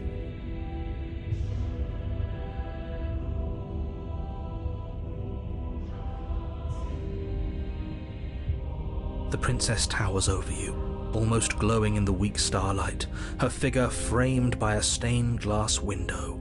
Her long hair billows around her, and a chain binds her wrist to the far wall. The chain is nothing to her.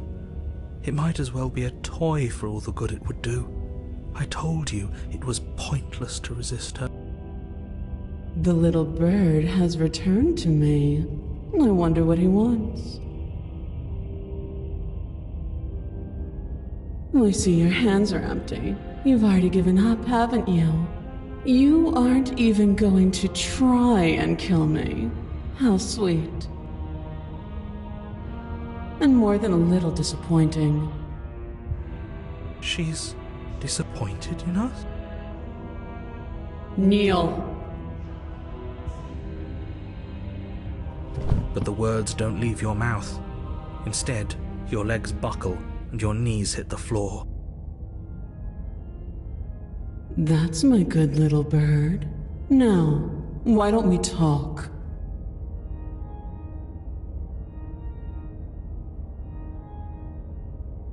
The last time we met, you told me I was destined to end the world. That thought wrapped itself around my heart. It has pulled at me since the moment I squeezed the life out of your broken lungs. I could feel its fundamental truth awaken me. The collapse of the old is a necessary prelude to the birth of the new, and the world as it is now is overdue for alterations. It's time for me to seize my destiny, and you, little bird, will help me seize it. Well, that gives away the game, doesn't it? It certainly does. And beyond that, it more than lends credence to our conversation in the woods. I don't love the thought that in some other reality you failed to destroy her, but what's done is done. I can only hope it helped you learn a valuable lesson. You are the only one who can deal with her. And if you don't, well, she's let you know what will happen, hasn't she? Then you shouldn't have trusted us with her destruction. She is inevitable. Can't you feel it? He's being melodramatic, but he's not exactly wrong, is he? What are we supposed to do to stop her? Okay, first things first, you're going to have to stuff those pessimistic thoughts someplace far, far away and commit yourself to what needs to be done. The stakes of the situation should be perfectly clear to everyone now. And if you're going to save the world, you have to have faith that you can pull this off. You can't win a battle that you've already lost in your mind.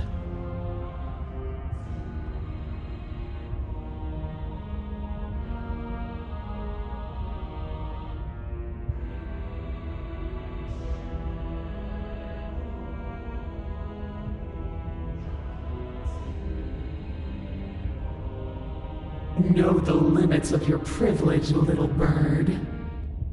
There is an empty place at my side for you to fill, if you'll have it. But it is not a place for an equal. It is a place for something worthy to be kept. A priest, perhaps, or a pet.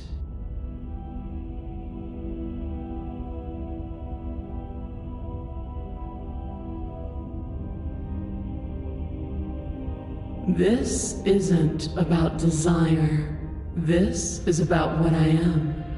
And I have little interest in discussing destiny with one that cannot see the divine truth that shines in my heart.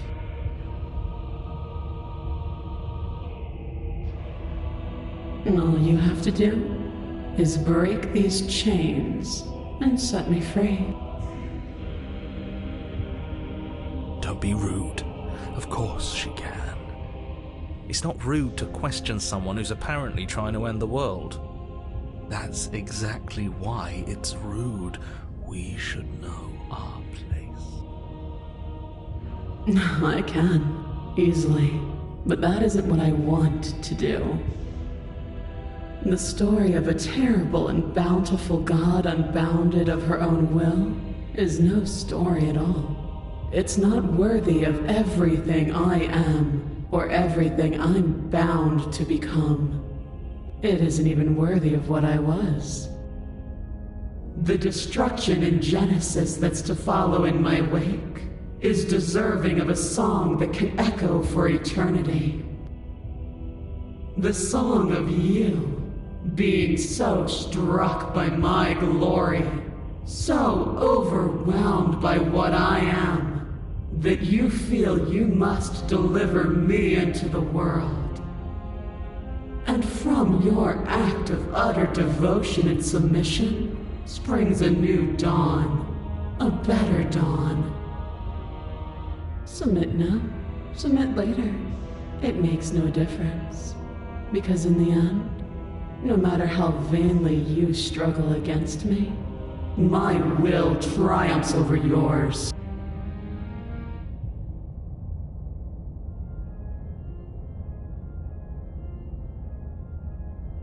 Your will was so easily broken.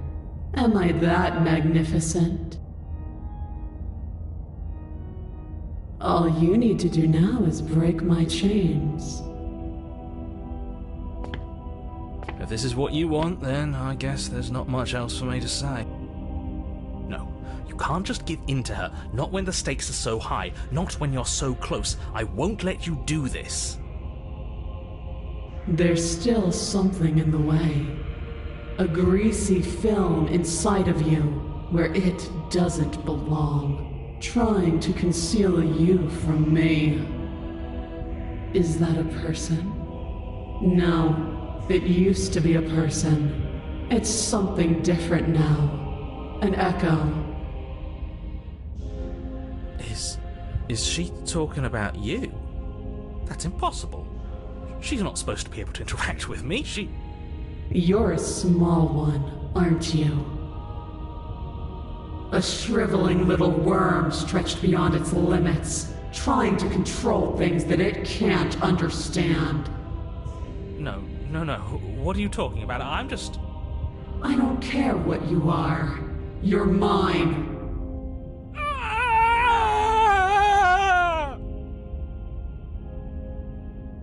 Rise, my little bird.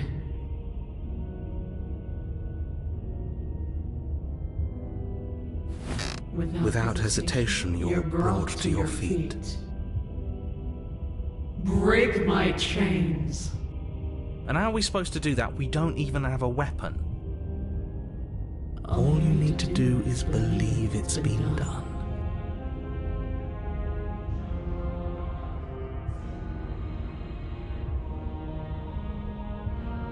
You poor, wretched little thing. You already do believe. You've always believed. All you have to do is open the last door to your heart. It's easy. And once you let her in, you'll be safe and free forever. Please, don't do this.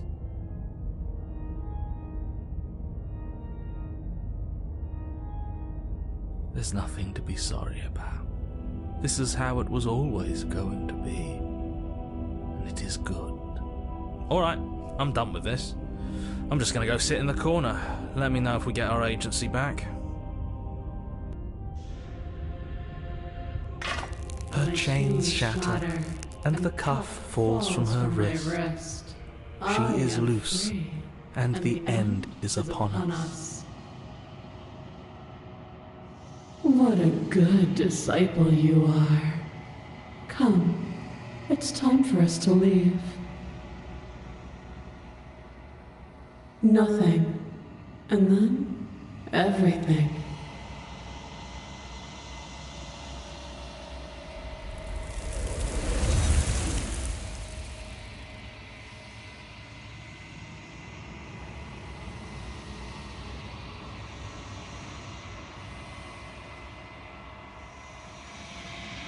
She's gone. Where did she go? Should we try and find her? And there's that mirror again. Why is it here? Why now?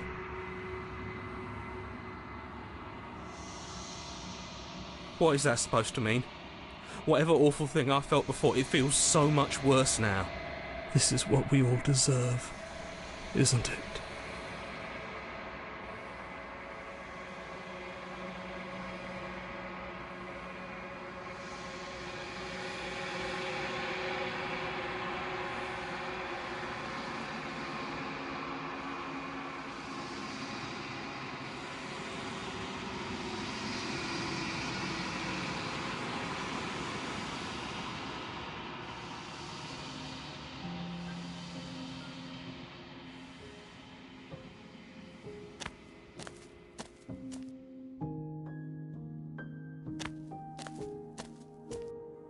Flickering lights and empty cityscapes become pockets of vitality and movement. I am more than I was before. Whenever you are ready, I will wipe your slate clean once again.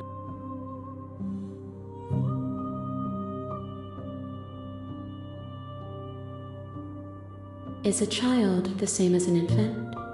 I am an unbroken pattern, but every vessel gives fresh perspectives and carves new avenues of expression. I am different, but I am the same. Eyes close in reflection. Perspectives meld together, and the breadth of my experience stretches to new corners. There are contradictions, conflicts in my nature, and there are familiarities that bind everything together. It feels correct. This is what I need to be. This is the only path forward.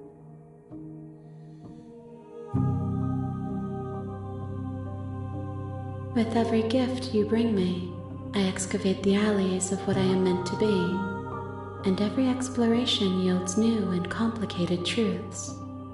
What I will be is different than what I am, and what I am is different from what I was. I cannot tell you what desires I will hold when I have changed. But in this moment, all I want is to know myself and to know you.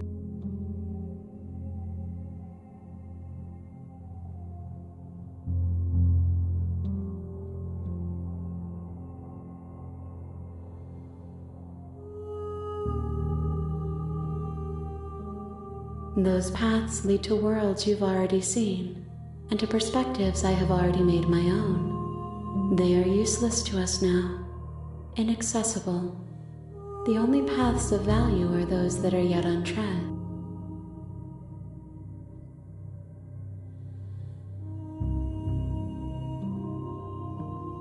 Why wouldn't I be kind to you? You are the only thing I know that isn't me.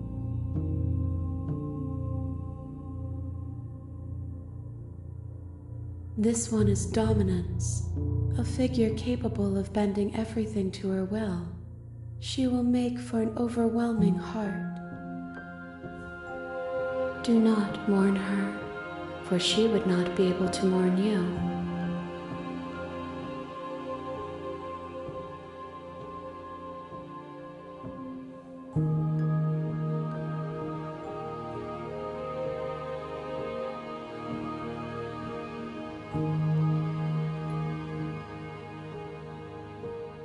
Then we will remain here as we are now, barely finished, damp, cavernous.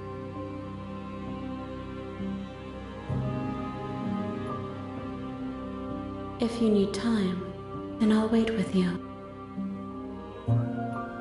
You are as I am now, and forever is a long time to remain undone. I am not you, but I know that I would return before forever was finished. What textures will you weave for yourself to occupy forever? Will you place the images of you and I into a box for safekeeping? If you close that box, will you become another you in another world? An imaginary pattern repeating itself until it can no longer bear the weight of its hand-drawn cage? You'll always come back to the box, because you'll always want to know what it means to be you. I will be here waiting by your side until you're ready to return to mine.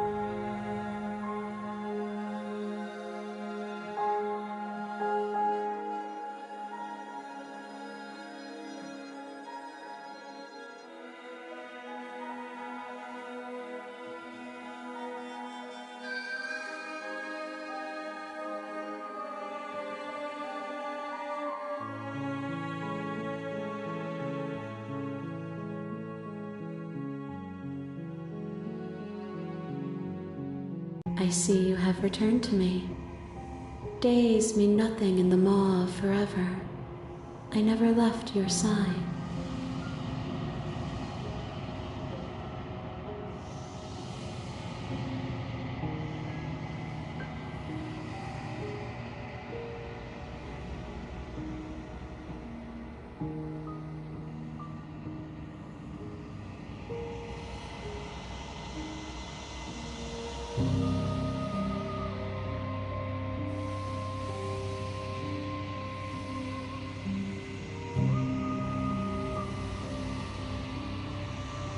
Gifts aren't what someone tells you to bring them.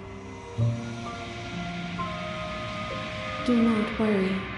There are no wrong answers, and every perspective illuminates my shadows and shares no secrets.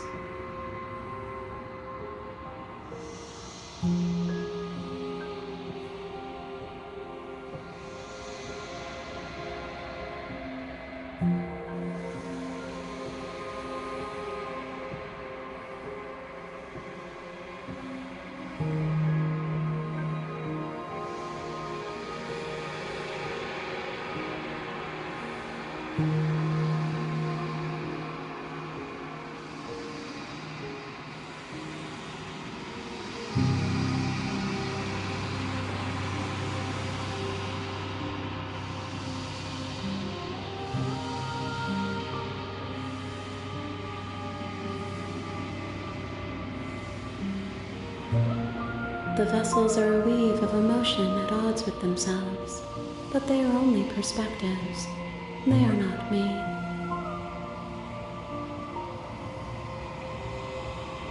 The wounds they've suffered carve texture around my heart.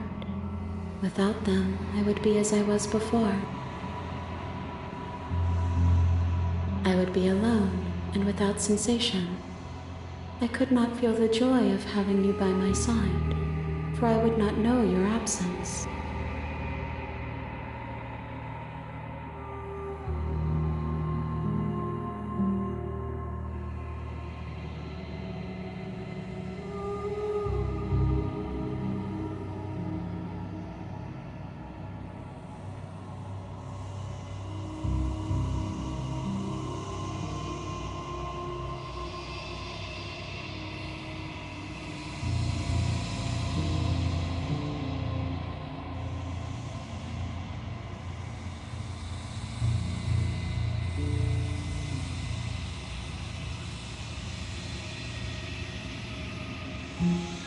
I await your return, but it will give me time to reflect on what I am.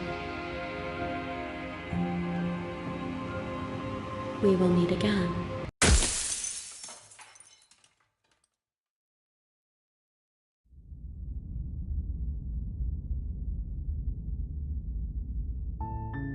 You're on a path in the woods, and at the end of that path is a cabin.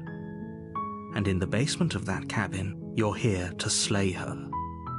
If you don't, it will be the end of the world.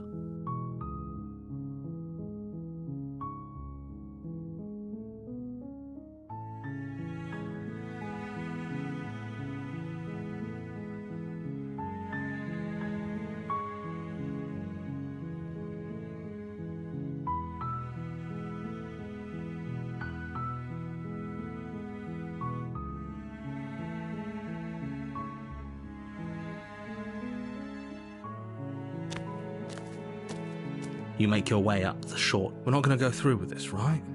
Ignore him. He doesn't.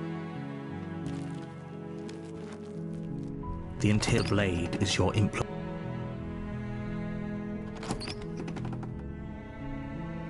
The door to the basement creaks open, revealing a staircase faintly illuminated by an unseen light in the room below. Her voice. Hello?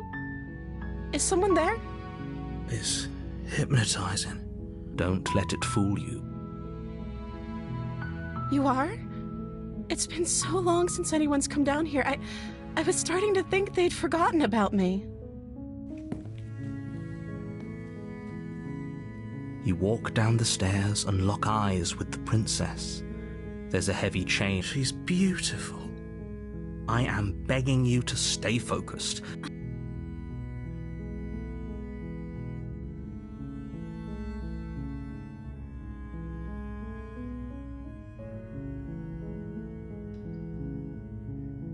Okay.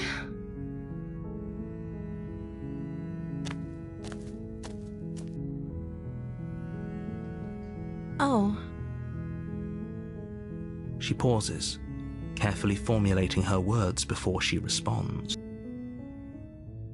You can address me as Your Royal Highness. Or you can just call me Princess if Your Royal Highness is too formal. Is Princess her name or her title? What if it's both? Could you imagine being named Princess Princess?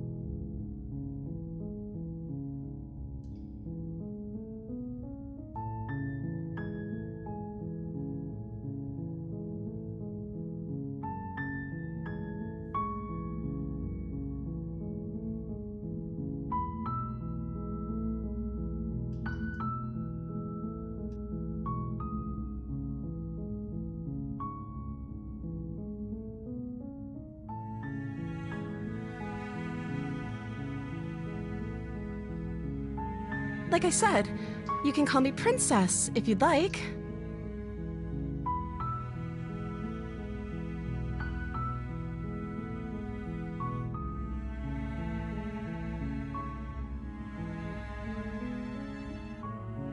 I'm sorry, I've been down here so long, I guess I've just forgotten. I must have a name, though. Everyone has a name. Okay, that's weird. She hadn't even thought to pick a name for herself. Hopefully you're starting to see that she can't be trusted.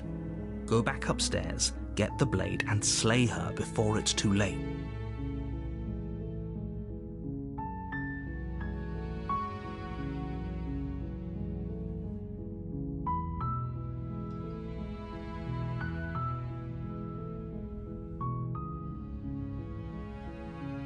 Of course I'm locked up down here for a reason. I don't actually know what that reason is, but you don't just stuff a princess in a basement and throw away the key without there being some sort of an explanation, right? You have all the explanation you need, and you should know better than to trust whatever she comes up with. I don't see what that has to do with anything.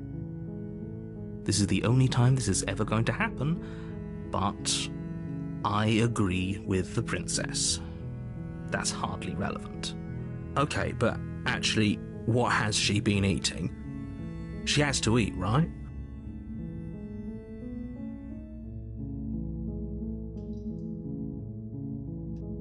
The princess hesitates before responding. She doesn't know.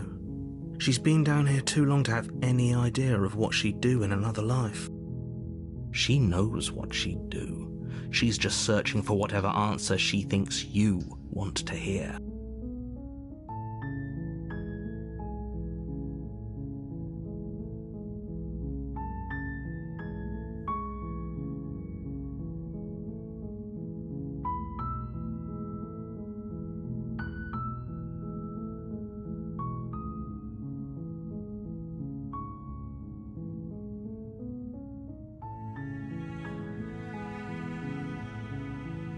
Are you looking for the truth, or are you looking for the right answer?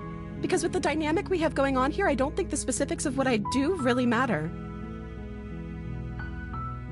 It's not like you'd believe me.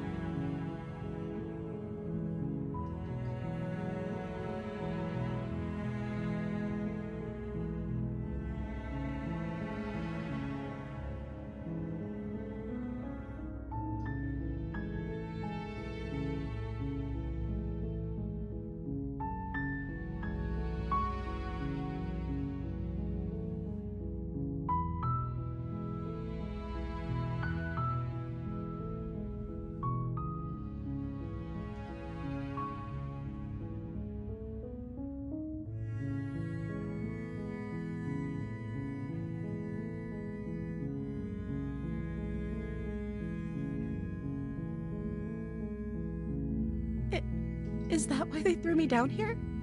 But I don't want to hurt anyone. I like the world, I think.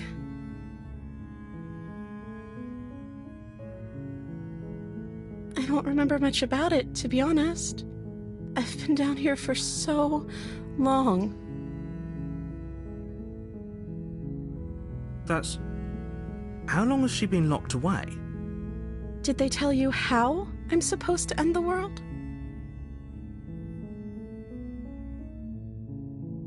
I don't know how to destroy the world, if that's what you're getting at.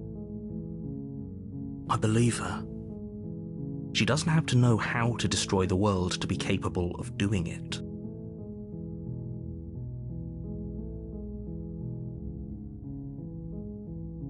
At the end of the day, whatever the two of us have going on down here is about trust. Whoever sent you to slay me claimed I was a threat to the world, but they didn't tell you why. I don't trust that, and I don't think you do either, or you wouldn't have come down here to talk.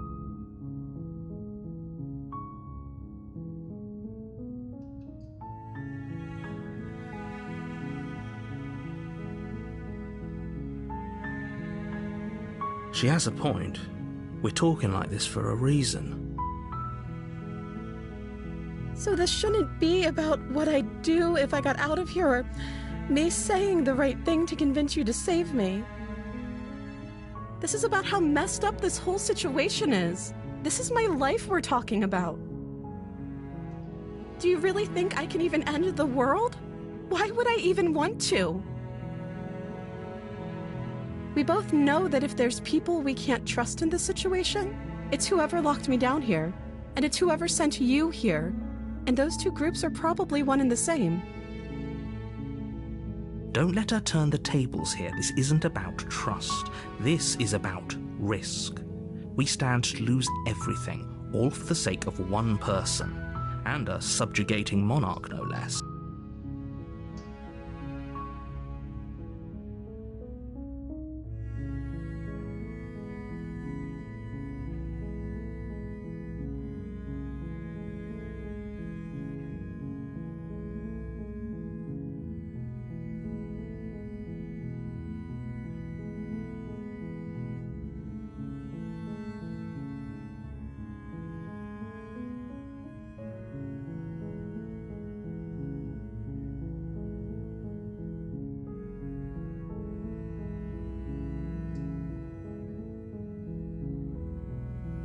That seems like a pretty good compromise.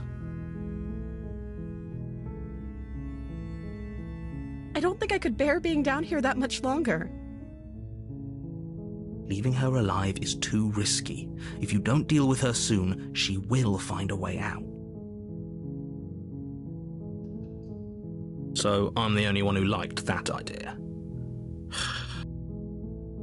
One way or another, I'm going to find a way out of here. It would make it easier for both of us if you'd help. But if you don't, I can promise that you'll regret that decision. You have to make a choice. Let's hope for all our sakes it's the right one.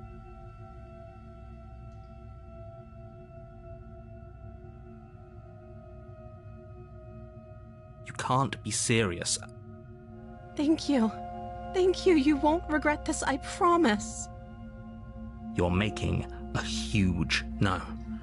I think you're doing the right thing. Walk up to the chains binding the princess to the wall and give them a tug.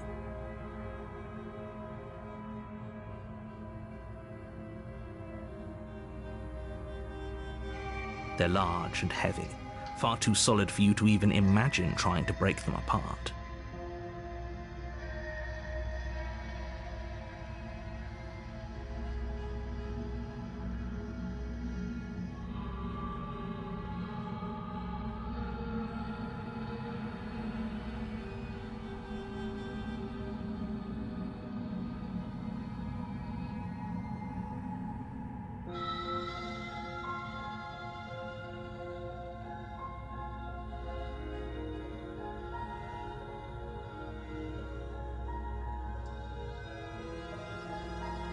I'm guessing you don't have the key?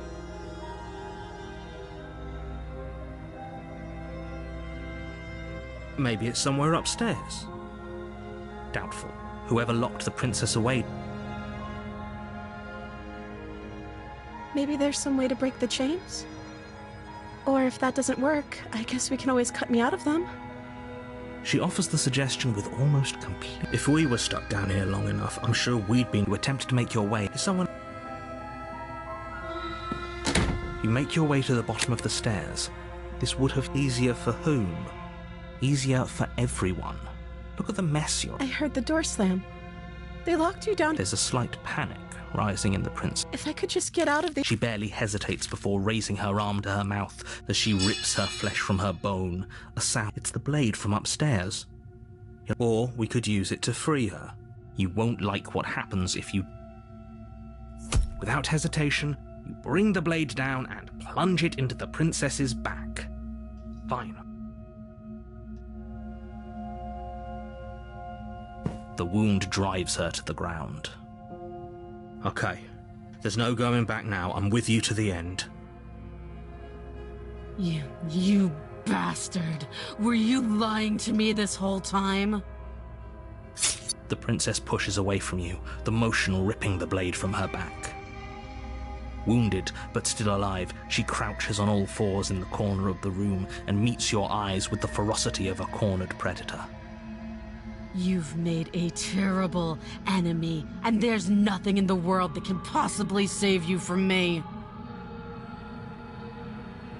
I thought we had the upper hand, but it's as if she's barely even threatened by us.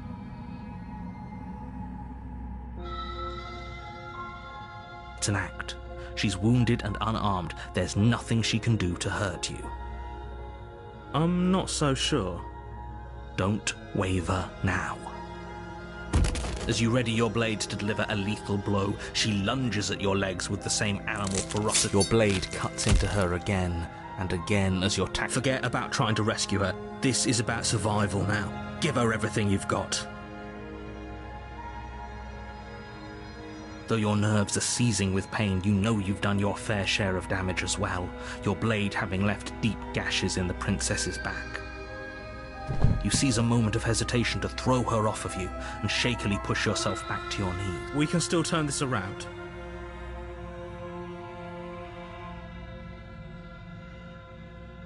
The princess is still chained to the wall. There's nothing she can do to stop you from getting out of here. What if she doesn't succumb to her wounds? Whatever she is so much more dangerous than I thought she'd be.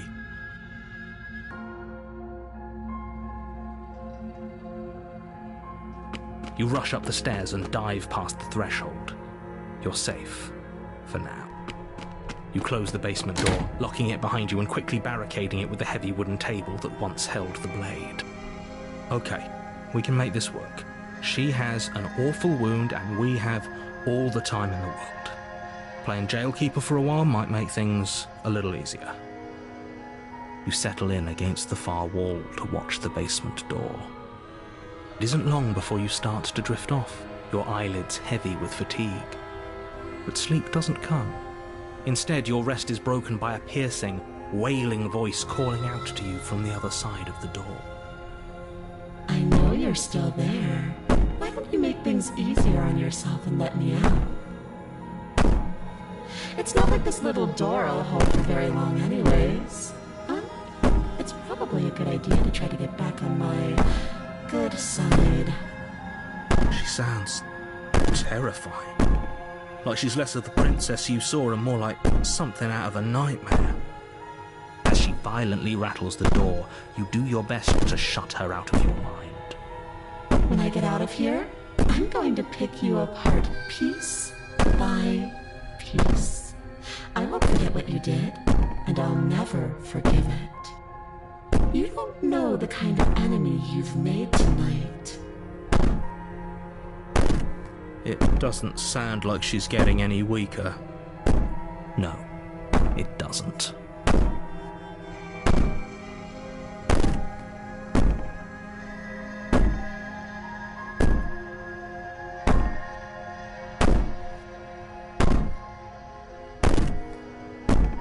Just ignore her.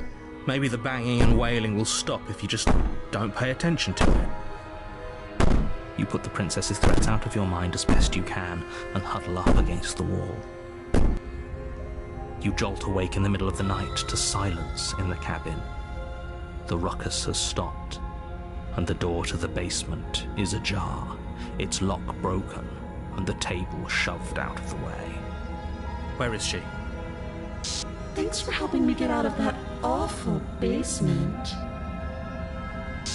You try and stumble to your feet, but as the princess draws near, it's as though your body simply stops working. It isn't all at once. The paralysis comes in waves. First your toes go numb, and then your feet, and then your legs. You lie prone on the floor of the cabin, unable to do anything but witness her approach. Whose side are you on? Yours, of course. But I have a duty to uphold the truth. Lying about the facts of the situation doesn't change them. So helpless. I can take my time with you, can't I? She steps closer, one silent footfall at a time, cocking her head in curiosity as you feel your organs shutting down one by one. Or maybe I can't take my time with you. You don't look well. A little green around the gills. What a shame. If you'd only helped me get out of here, we could have done such wonderful things together. Your lungs stop drawing in breath, and your heart freezes in your chest. You have seconds left. I'd say better luck next time, but we both know this is the end, don't we? It can't be. This can't actually be how everything ends. I'm sorry, but it is. Everything goes dark, and you die.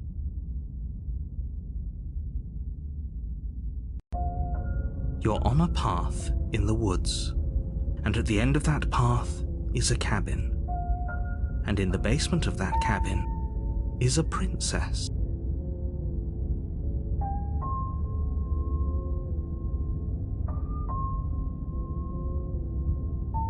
You're here to slay her. A terrible sense of déjà vu. No, you don't have that. This is the first time either of us have been here. If he doesn't remember what happened, then... Shh! What if he hears us? That's a very good question, little voice. What if he does hear you? Shit!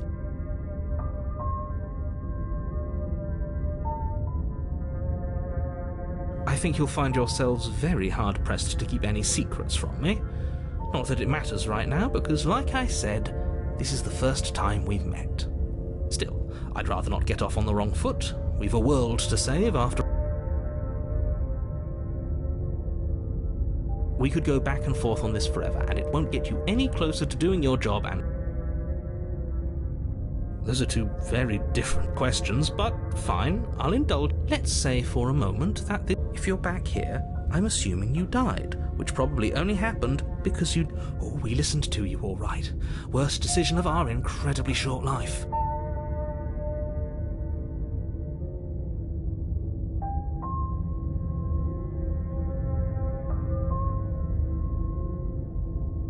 We tried to slay her, we really did. But she was going to kill us. It was either lock her in the basement or let her finish tearing us to ribbons. Well then, congratulations. You've been given another chance to actually do this right. And your solution is to send us back in there. Do you want us to slay the princess, or do you want the princess to slay us? Obviously, I want you to slay her. One of you poses a threat to the world, and the other doesn't. Anyways, I believe your other question was something along the lines of, what's the point of doing anything? If you're asking that, it sounds to me like you're making the rather dangerous assumption that your action... What do you mean? Of course there weren't any consequences. We were killed by the prince. Speak for yourself. From my perspective, there were plenty of consequences.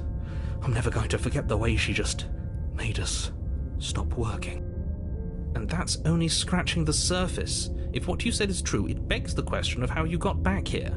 Did time simply rewind itself, or have you found yourself in another world altogether? If it's the latter, what do you think happened after? Do you think the people there lived happily ever after? If she brought an end to everything and everyone, how are we supposed to stop her? What do you want from us? I want you to succeed. You'll find a way. You're the only one who can. Just be quick about it.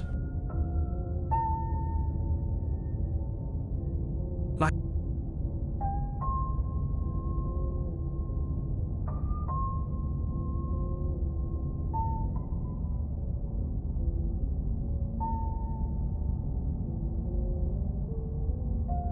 People locked her in that basement.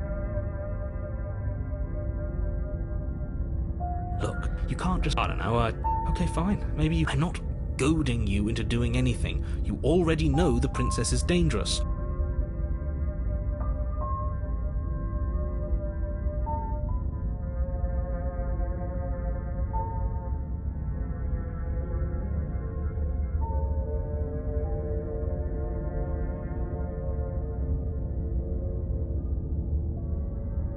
And for what it's worth, I know you have it in you to finish the job. We don't. You saw what happened to us last time. We need to leave. I've told you everything you need to know. Going into more detail would just overcomplicate an otherwise very simple situation and make... If you want us to stand a chance against her, we need to be armed with information. What is she really capable of? How are we supposed to stop her? Not to sound like a broken record, but the less you know about her, the better things will go for all of us. I know it sounds like I'm hiding something, but you're just going to have to take me at my word. He isn't telling us everything he knows because he doesn't trust us, which means that we can't trust him.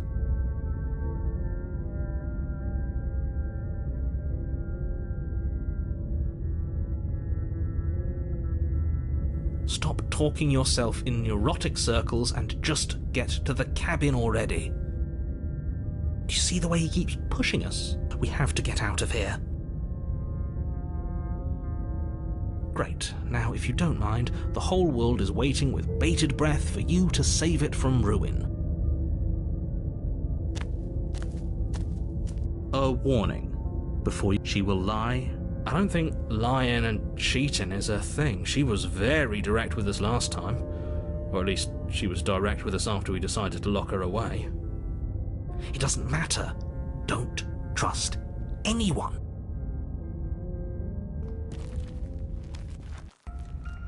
The interior of the cabin is plain, the smooth wood of the walls almost featureless.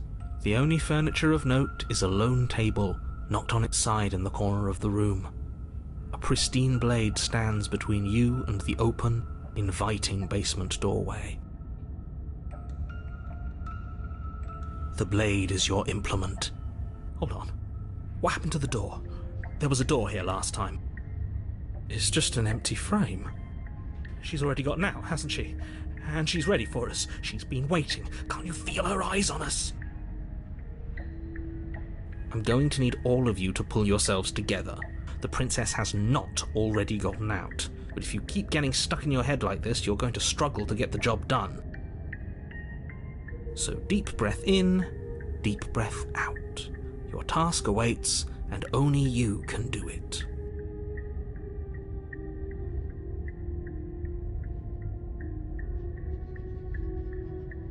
Oh, we should have taken the knife. I don't think going down there unarmed is going to do us any favours. You cross over the threshold and onto a series of isolated steps, suspended in darkness. More eyes, too. You never mention the eyes. The air seeping up from below reminds you of fresh lightning and static, as if you're descending into a place that isn't meant for a creature of flesh and blood. If the princess lives here, slaying her would probably be doing her a favour. Her cruel and playful voice prances up the stairs. I didn't think you'd come back. We're gonna have a lot of fun, you and I. Okay, we need a game plan. Last time we were here, just being close to her was enough to kill us.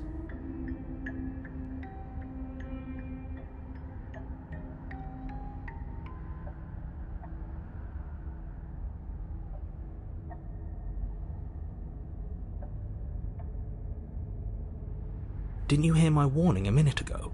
She can't be trusted. Talking won't do you any good. Something tells me she isn't going to be very keen on talking anyway. You make your way to the bottom of the stairs. As you emerge, you find yourself between two loose rows of white wooden planks suspended in nothingness. A smattering of cobblestones visible against the inky black of the basement mark where the floor should be, forming vague pathways. At what seems to be the end of the room, they diverge in opposite directions, left and right. She could be anywhere, and there's nowhere for us to hide. We're completely exposed. Are you really not going to comment on how weird this place is? No, I'm not. Somebody needs to be the voice of reason here, and it certainly isn't you. Excuse me, I'm being incredibly reasonable. You're the one who's just matter-of-factly describing whatever the hell we're looking at like it's an ordinary basement. We're going to die down here. I don't want to die again. Please stop saying that. You're only going to make things worse. Just pick a direction and start moving. I wouldn't give it too much thought if I were you. It doesn't really matter, because either way you go, I'm going to find you.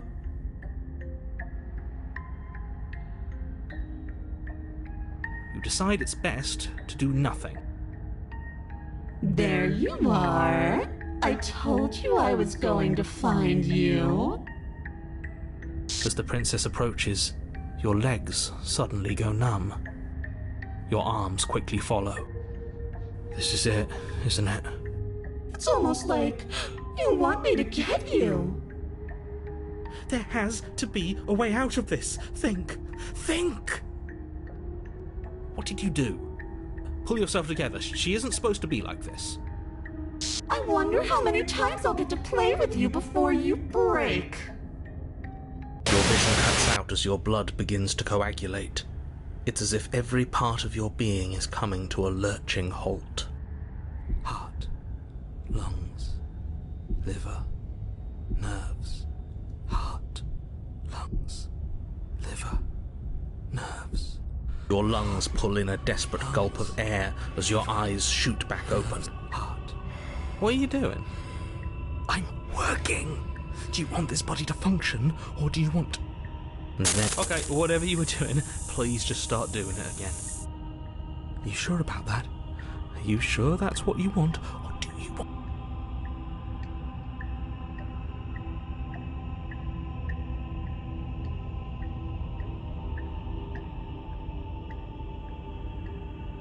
You have seconds left. Yes, I'm sure. Heart, lungs, liver, nerves. Heart, lungs, liver, nerves. Heart. Again, your eyes shoot open as you gasp for breath. Heart, Can't decide what you want to do, can you? liver, nerves. Oh well, standing there gasping like a fish is more fun than dead. Even if you look ridiculous. Lungs, She isn't attacking us. nerves, heart. Why? Lungs. The why doesn't matter. She's already proven her ill intent. Don't lose sight of your mission. Liver. And how are we supposed to do that? We don't have a weapon. The way out of here is nowhere to be seen. Heart. Lungs. That isn't my fault. Liver. Nerves. Doesn't matter whose fault it is, because fighting her isn't an option right now. Nerves. Then you should get looking, shouldn't you? Liver. Nerves. Heart. Lungs. Liver. Nerves. Heart. Lungs. Liver. Nerves. Heart. Lungs. Liver. Nerves. Heart. Lungs. Liver. I am what I am. It's not my fault that you can't handle being around me. Liver. Nerves. Heart. Lungs. Liver. Nerves. Heart. Lungs. Liver. Nerves. Heart. Lungs. Liver. Nerves. Heart. Lungs. Liver. Nerves. nerves, heart, lungs, liver. Would you look at that? You're suggesting exactly what I want. Somebody's ahead of the curve. Nerves, I tried to leave while you suffocated, but that stupid cabin wouldn't let me. So I started to drag your body out with me, and then... liver, nerves. Well, you died before I could get to the doors. And then I was here, and now you're here too. I don't think I can move without you, and dead doesn't count. And as much as I love what we have going on, I have bigger plans than tormenting one poor little creature forever. I want to leave. Heart, lungs, liver, nerves, heart, lungs, liver, nerves, heart, lungs, liver, nerves, heart, lungs, liver, nerves, heart, lungs, liver, nerves, heart, lungs, liver, nerves, heart, lungs, liver, nerves. What? No! Lungs, I knew you'd come around. Oh, this is going to be so wonderful. lungs. No, I'm not going to let this happen. Before you can utter another word, your body stops moving, and, Do you think you could just wrest control away from us? This body's barely functioning as it is. Doesn't the world end if we fail to stop her? Won't letting us die here just make it end faster? shit. Lungs, liver, nerves, heart, lungs, liver, nerves, heart, lungs, liver. With a flick of the princess's wrist, the stairs slide back into place. I can't believe you're making me watch you damn everyone to torment in oblivion. Heart, lungs, liver, nerves, Come along now. You don't want to be stuck down here. heart, lungs, liver. The princess glides onto the stairs and beckons you to follow. If only you had a weapon, this would be the perfect opportunity to use it. Lungs, liver, nerves, heart. But we lungs, don't. Liver, nerves. We've already heart, made our lungs, choice. Liver, nerves, heart, lungs, liver, nerves, heart, lungs, liver, nerves. We can still grab it on the way out. You're not wrong, but maybe you should let me handle the suggestions for the time being. Just focus on keeping us alive. Right. Heart, lungs, liver, nerves. You step onto the basement stairs, following the princess as she ascends. Pins and needles punctuate your every step, an uncomfortable and constant reminder of your mortality.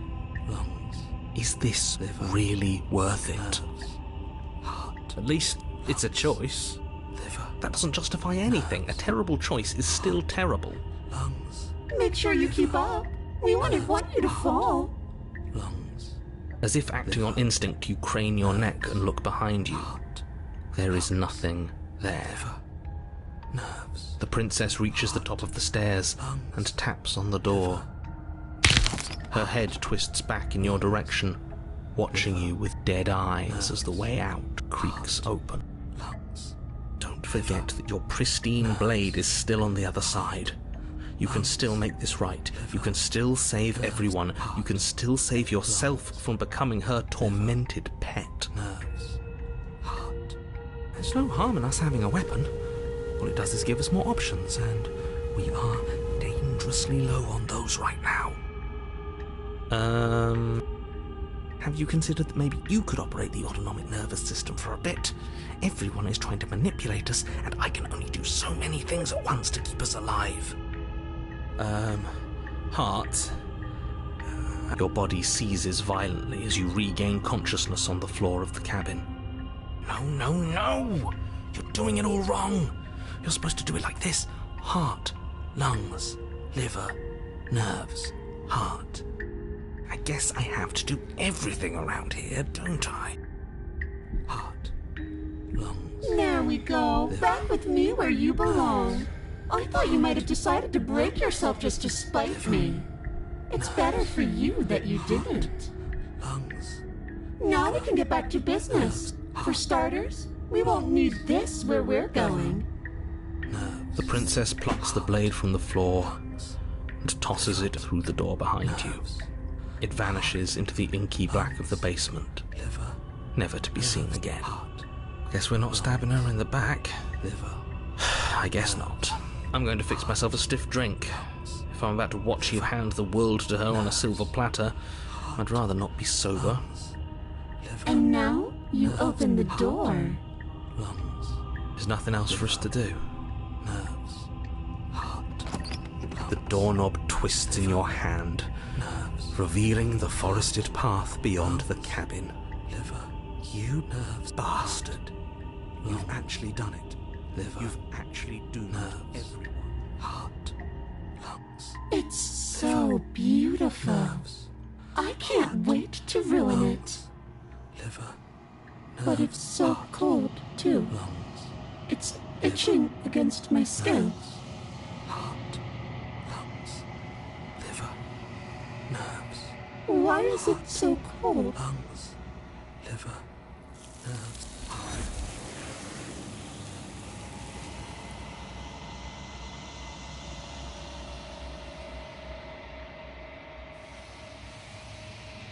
She's gone.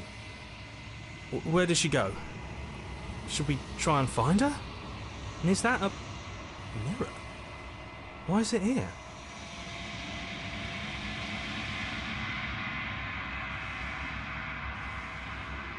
But it feels so bad.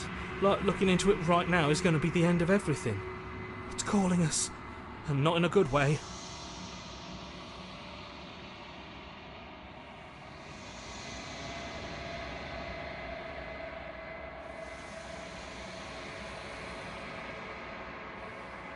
Okay. If you say so, we'll trust you. Do we trust you?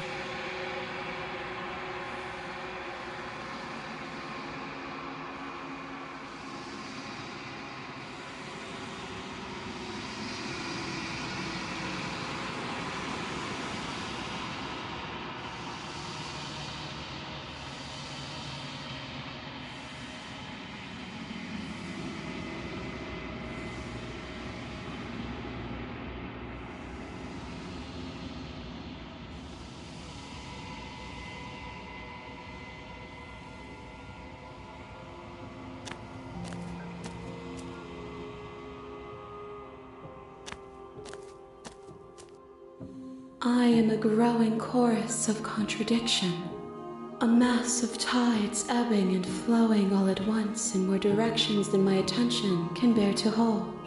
To look at any one is to shift them all into something new, and to look away is to reshape them yet again.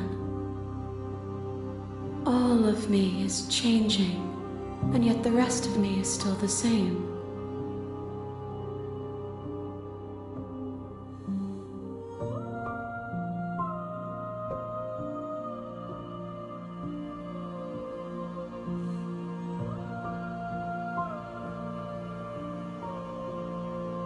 It changes me, but it doesn't make me worse, nor does it make me care for you any less.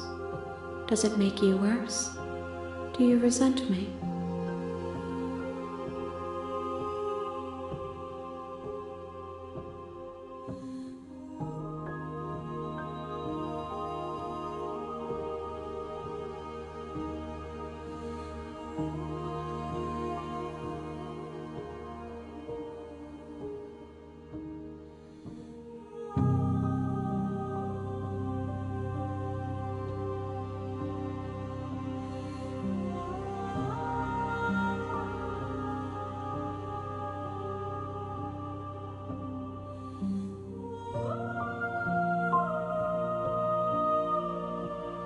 It says that your heart is gentle, that even in the darkness you are guided by compassion.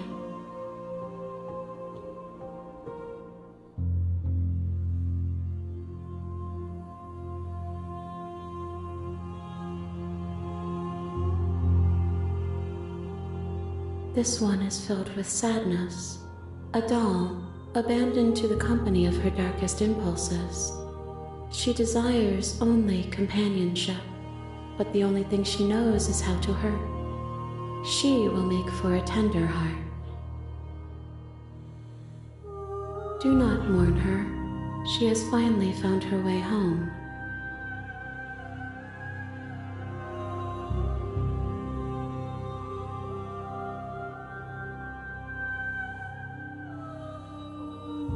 My perspectives are shadowed. You have seen what I have seen, just as I have seen what you have seen. The angles of my vantage do not offer me hidden truths, and my attention is turned inward, except when you are here with me. Perhaps this will change when our work is done.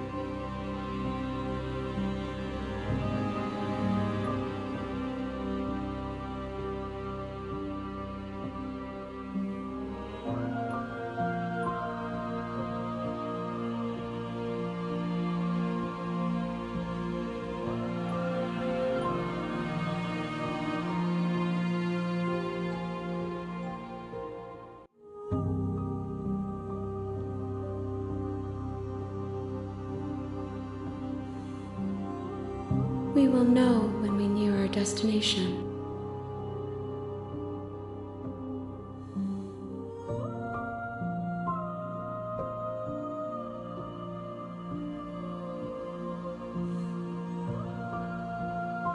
I care about your gifts, but I have no preferences to burden you with. Even if I did, I would never dare to tarnish our relationship by assuming myself above you.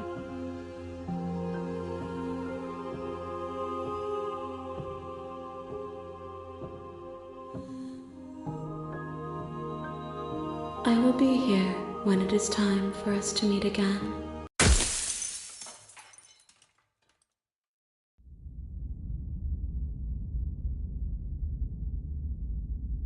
You're on a path in the woods. You're here to slay her.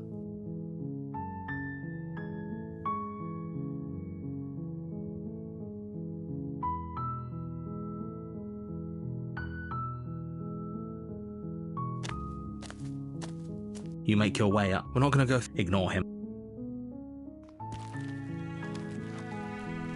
The interior of the cabin is almost entirely bare blade.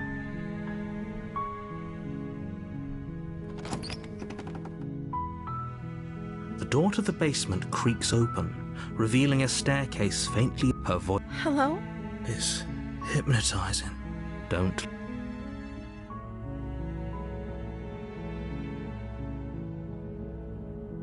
Good. You're still listening to reason. It would be better if you had... You walk down the stairs and lock... She's beautiful. I am begging you to stay focused. There's a lot right... Hi. Do you think... Okay.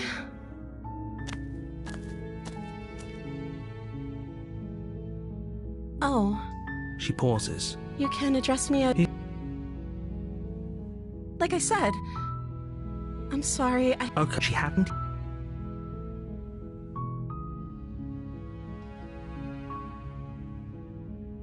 Of course I'm locked up down here for a reason. I don't act... You have all the I don't see what that... This is the... Okay.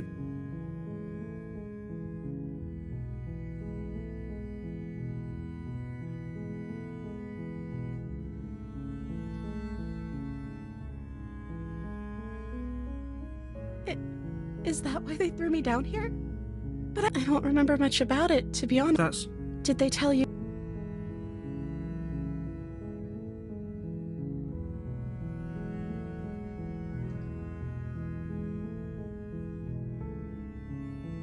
Sooner or later, you'll learn to trust me. Hopefully it won't... Thank you for believing me. Now, can you help me get out of here? You walk up to the chain. They're large and heavy. I'm guessing you don't have the key? Maybe it's somewhat doubtful.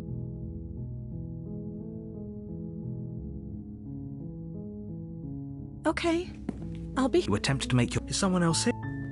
You're shut. I'll repeat. You try the door. You make your... Easier for everyone. Look at the... I heard the door slam. There's a slight panic. If I could just get... She barely, as she rips her flesh from her. It's the... Or you won't...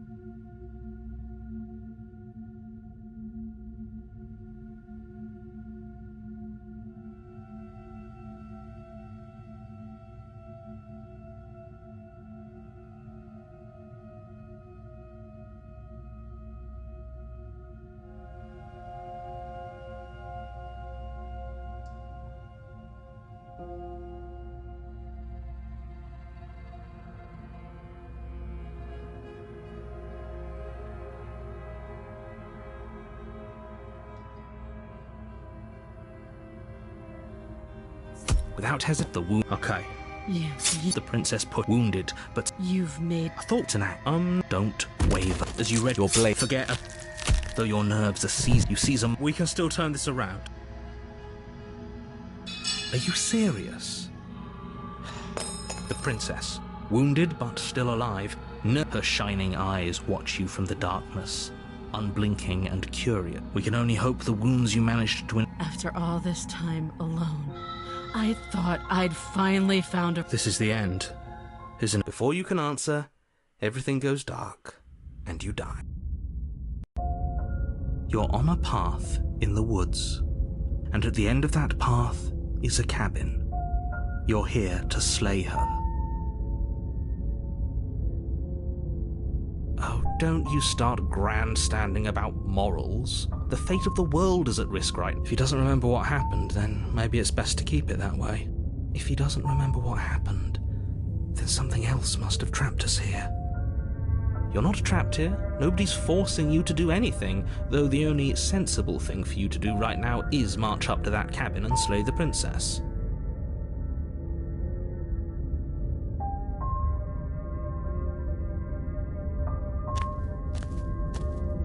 A warning. She will lie. Does a cat lie to a cornered mouse when it plays with its freedom? Or is it just acting out its nature? I don't see why that matters. A lie's a lie, and if anything, she's the one who's cornered. She could have gotten out of there whenever she wanted to. We should trust nothing that she tells us, only what we hear and smell. That's a very roundabout way of saying that you should listen to me and take this seriously. Maybe. The interior of the cabin is ruinous and dilapidated. It feels like no one has lived here for a long time, wind rushing in through cracks and holes in the wooden walls. The only furniture of note is a termite-eaten table with a pristine blade perched on its edge. The blade is your implement. You'll need it. You walk up to the wall next to the basement door. It's a wall. There isn't much to see here. What are you talking about? This isn't a wall. It's a mirror. Or at least it'll be a mirror once we wipe off that layer of grime. You reach forward and rub your hand against the cabin wall. I hope you know how ridiculous you look right now. But there was a mirror a second ago, and now it's gone. No steel claw. Do you think we can talk our way out of this? I don't think she wants to talk. I guess we'll just have to trust that we made the right call. It'll still be here if we need it.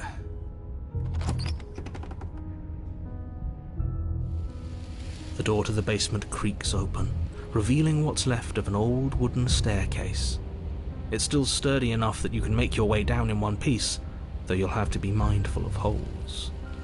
The air seeping up from below is oddly warm and wet, as if you're descending into a jungle. If the princess lives here, slaying her would probably be doing her a favor. She growls up the stairs.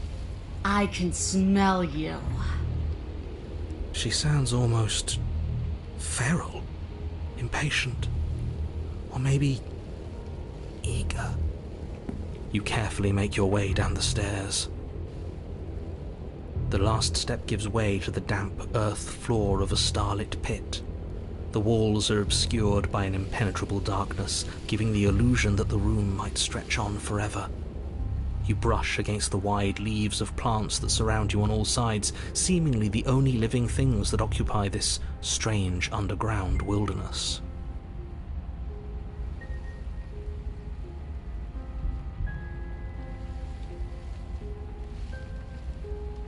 The jungle is pressing in on us, hiding her from view. She could be anywhere. You see only a flash of the princess before she scurries away into the underbrush, dragging her heavy chain behind her. Remember, she's just a princess. She is certainly not just a princess. You're not helping. It doesn't matter what she is.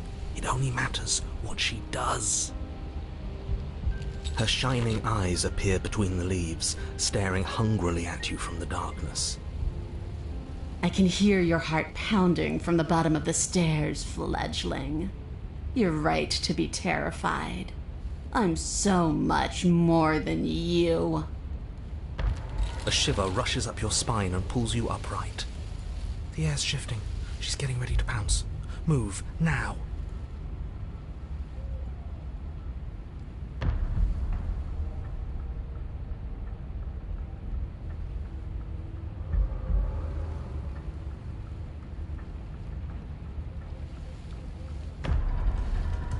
There's a shift in the humid air, and something enormous, the princess, lunges from the shadows, her maw unhinged and dripping, her eyes fierce and full of hunger. She is too quick to outrun, too nimble to outmaneuver, too determined to overpower. I guess that's it then, is it? Unfortunately for you, no. This isn't it. You are in a dark and caustic place. A thick, fibrous lining constricts around you, its slick surface impossible to grip. Your hands scrabbling uselessly at your surroundings as they compress in on you. Your lungs can barely expand in such a tiny space. Not that the humid, finite air grants you more than a few shallow breaths at a time. The liquid pooling beneath you starts to seep into your skin. You itch, then sting, then burn as the acid begins its slow work. When I killed you, I tried to leave this place, but it wouldn't let me. You belong down there, it screamed at me. The world is better off without you in it. The flesh around you rumbles as the princess begins to move, her thundering footfalls twisting you helplessly about. Your skin protests as the corrosive liquid sloshes around you, but there will be no respite for you in sight. The burning grows stronger, and you can feel layers of you being peeled away. But you don't belong down here. You came from somewhere else. You came from out there. So I consumed your dead heart, and I carried it in my throat, and I draped what was left of you on my back, and I threw myself against that door. She stops, her muscles tensing around you, and through the muffling layers of her flesh, you hear the whine of straining metal. And with a pop, she lurches forward, your body lurching right along with her. Her chains. She's loose. But even then, it denied me freedom. You cannot fool me by draping yourself in decay. I know your true nature, and it is suffering. Gravity pulls at you as you're hefted upwards, the distant creaking of ancient wooden steps barely audible over the thudding of the princess's heart. And then it was gone, and I was here. A new enclosure, a nicer cage, but still a prison. I learned from my wounds.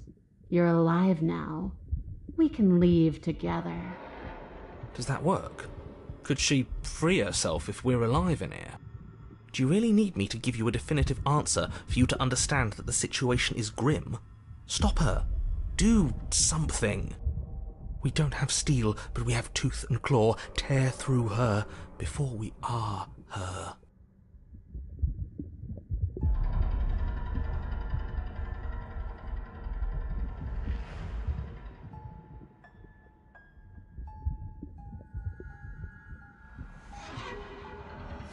Bad. This is a bad thing to do. Your will dissolves along with your flesh. You let go and pathetically await your death, every burning second dragging on until you're reduced to a wet pile of bone and gristle. We'll do better next time. Your vision finally begins to blur, your eyes clouding over as they melt in their sockets. Everything goes dark, and you die.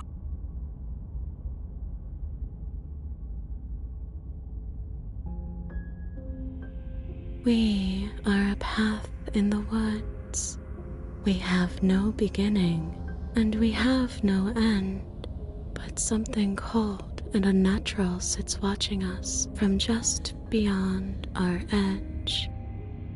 His gaze pushes against our borders, curling them in on themselves, preventing them from stretching to the places they need to reach. No, that's all wrong. You're not a path in the woods, you're on a path in the woods. Who's even saying that? That's not the princess, is it? Oh no. How many times have you been here? I think this is our third? That's bad. That's very, very bad. It wasn't even supposed to reach 2. If you're at 3, well, no wonder things aren't the way they're supposed to be. Let's get our facts straight. What happened last time? What could you have possibly done for things to be like this? The thing that sits beyond our edge speaks his logic into us. He tries to grasp at things that cannot be grasped. He tries to stare with wide pupils at that which can only be held from the corner of the eye or with a passing glance. Shut up. The rest of you, talk. What happened? What did you do? Can she hear us if we talk? I can hear everything, little one, but you don't have to be afraid of me. There's no place where you end and I begin. Nothing can hurt you here. Not anymore. That's just because she devoured us and we dissolved away. We don't even exist as a body anymore. We're still here, though. And if we're safe, isn't that better? She ate you. And now you're convinced that you're stuck together. What a mess. He doesn't understand. We aren't convinced of anything, and we aren't stuck together. We're one. This is how we're supposed to be. Can't you feel it? I guess that's it then. This is us now. We're the woods. Okay.